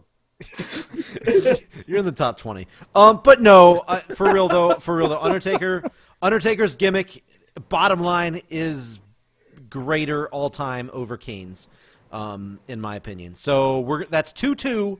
We're gonna go to Scott for the deciding vote here. Scott, what do you got here? Will he be evicted from Canada? Let's find out. Now, don't let any of these people sway you like Scott did, or like Rab did. I'm sorry. No, for real though. What do you got? What do you got? Both are endearing. Both have been around for a very long time. We talked about that. Both have had ups and downs. Both have evolved. Kane's gimmick wouldn't exist without the Undertaker's. Now, I know it's a difference where, like, just because it's spun off of it doesn't mean it's not as good. I mean, often the spin-off can be better. That can happen because it breaks free. No, that's a sequel. That's different. But the spin-off... like the Jeffersons. There you go. Yeah. There you go. Yeah. So that kind of thing can happen. I don't think that's what happened here because it doesn't... It never got better than The Undertaker, in my opinion. And correct. The weaker points during, like, even though Kane was around 8 years less, I think it was, if you kind of look at the overall, there's more lows in Kane's character than there are Undertaker's, if you want to go that road. but there's also way more highs on Undertaker's as well, I feel. So Undertaker gets my vote. There it is. Scott. All right, is so the best Kane advances. person. It's too bad that Lee doesn't have an opinion. Undertaker advances 3-2. Scott is the Now, let's best. go to the coin. Lee didn't couldn't pick. Nope. Yay! I am best Scott person. All is right. the best person. Look, Matt no. can keep fucking talking shit, and he can just keep fucking being ignored. You got Look, your when- money, God damn it! when- all right. when Lee- Right. Fuck When you, man. someone is this drunk, they can't consent. Here it is. no, Oh, I he's can give wait. I can give myself over to somebody. It's just not you. That's all there is to it. There you go. It has been stated. That was the longest pause. There it is. I don't know So, where it was I going. had to think about it a bit. ladies and gentlemen, we have finally made it to the finals. We have Finals of on it. the left side of the brackets, Mr. McMahon. On the right side, the Undertaker. Creator versus creation. How fucking cool is that? I like that. So here we go. As I usually do, I will ask who wants to go first. Can I go first? Okay, we had multiple Ah, people. I got there first. Yeah, Scott did say it first, so we're gonna But have. Scott's a racist. Wait, Yeah, how- Scott's wait. racist. I heard that. I would vote for Look, the fact that you're trying to make sure that the Hispanic, that the Latino does not get the word in, that- is proof of the Scott racism that comes from the South. Yeah. Yep.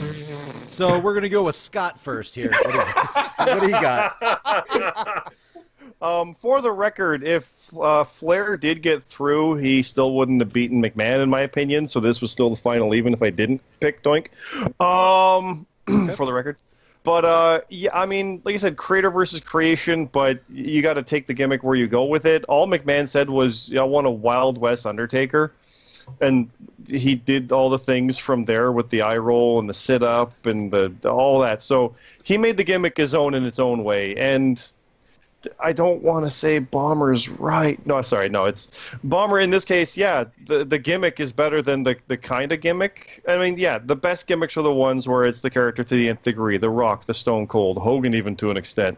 Those ones are the over the top person, which McMahon is. But like I said, versus DiBiase and Doink, McMahon's character is one of the best of its type, I do feel. So it's a good representation, and it's the evil boss, and it's fantastic, and it works. I might be biased toward Undertaker, which is kind of why I want to go first, but I think that is simply the best gimmick, which is part of why I was, as much as doing a Halloween episode would have been good, we would have been talking Undertaker versus Mortis and things, so it would have been no contest. But even still here, I think Undertaker takes it handily.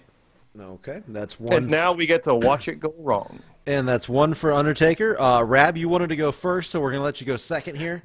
Rab, go for it. They're both fantastic gimmicks. I think they 100% deserve to beat their sides of the bracket. And that's right. I voted for Kane, but that was just to fuck with Lee. I knew it. I knew it. Well done. I knew it. I mean, I knew who you were going to vote for, and I knew who Scott was going to vote for. It wasn't a big deal. No, you're probably going. Regardless. That's not how this is done. I know, right? Anyway. Anyway. The purity. But they're both all-time great gimmicks. They both deserve to win their side of the bracket. You know, it's about as good as it gets here. But I have to go with Mr. McMahon. I think if one of these two revolutionized the industry, it was McMahon's, and it's because it's so good, and it's because it's so real. It's because of, you know, you feel it from, you know, it's obviously there's nothing real about the Undertaker. Well, he's a fucking undead wizard. He's purple. God damn it. He is, though. It's not my fault. I know. It's hilarious So every true. time. I love it so much. He is, though. It's not on me. It's one of those things that shouldn't work because it's stupid, but it works perfectly. But McMahon, I think McMahon, wrestling got to where it was in the late 90s, early 2000s because of how good the McMahon gimmick is. Mm-hmm. So, I mean, I have to go. And Undertaker was obviously part of that, but part of that, and even with McMahon and, you know, the higher power, which was stupid as fuck, but it was great. I got to go Mr. McMahon. Okay. Matt Zion. Close. It's close. But Taker's just got it. Taker's always been the gimmick. Yeah, and what's nice about him, at least, is that he's good in the ring too, or at least he was for a good portion of his career. Really rare too that he like started not that great, then got really good, and then got bad again. Like that's kind of, you don't see that very often at all. But that's just it. The Undertaker's the gimmick. I would have, honest to God, voted Kane over Undertaker and Vince though. Like I don't know. I just always enjoyed his backstory a little bit more. But Undertaker as a whole, he gets my vote. He's got the win. I kind of expected he would anyway. So. All right. I think he is the favorite. Like when you look at the bracket, you probably think that Undertaker would be the favorite. And I'm a little surprised on McMahon, but he made it this far, and I can definitely see your guys' arguments. You guys have definitely made good. By the way, I'm going. This is my turn. In case you didn't guess that. You guys made great arguments on Mr. McMahon and the character or the gimmick, whichever you want to call it. And there's no doubt that it is one of the most iconic characters, gimmicks in professional wrestling. No doubt about it.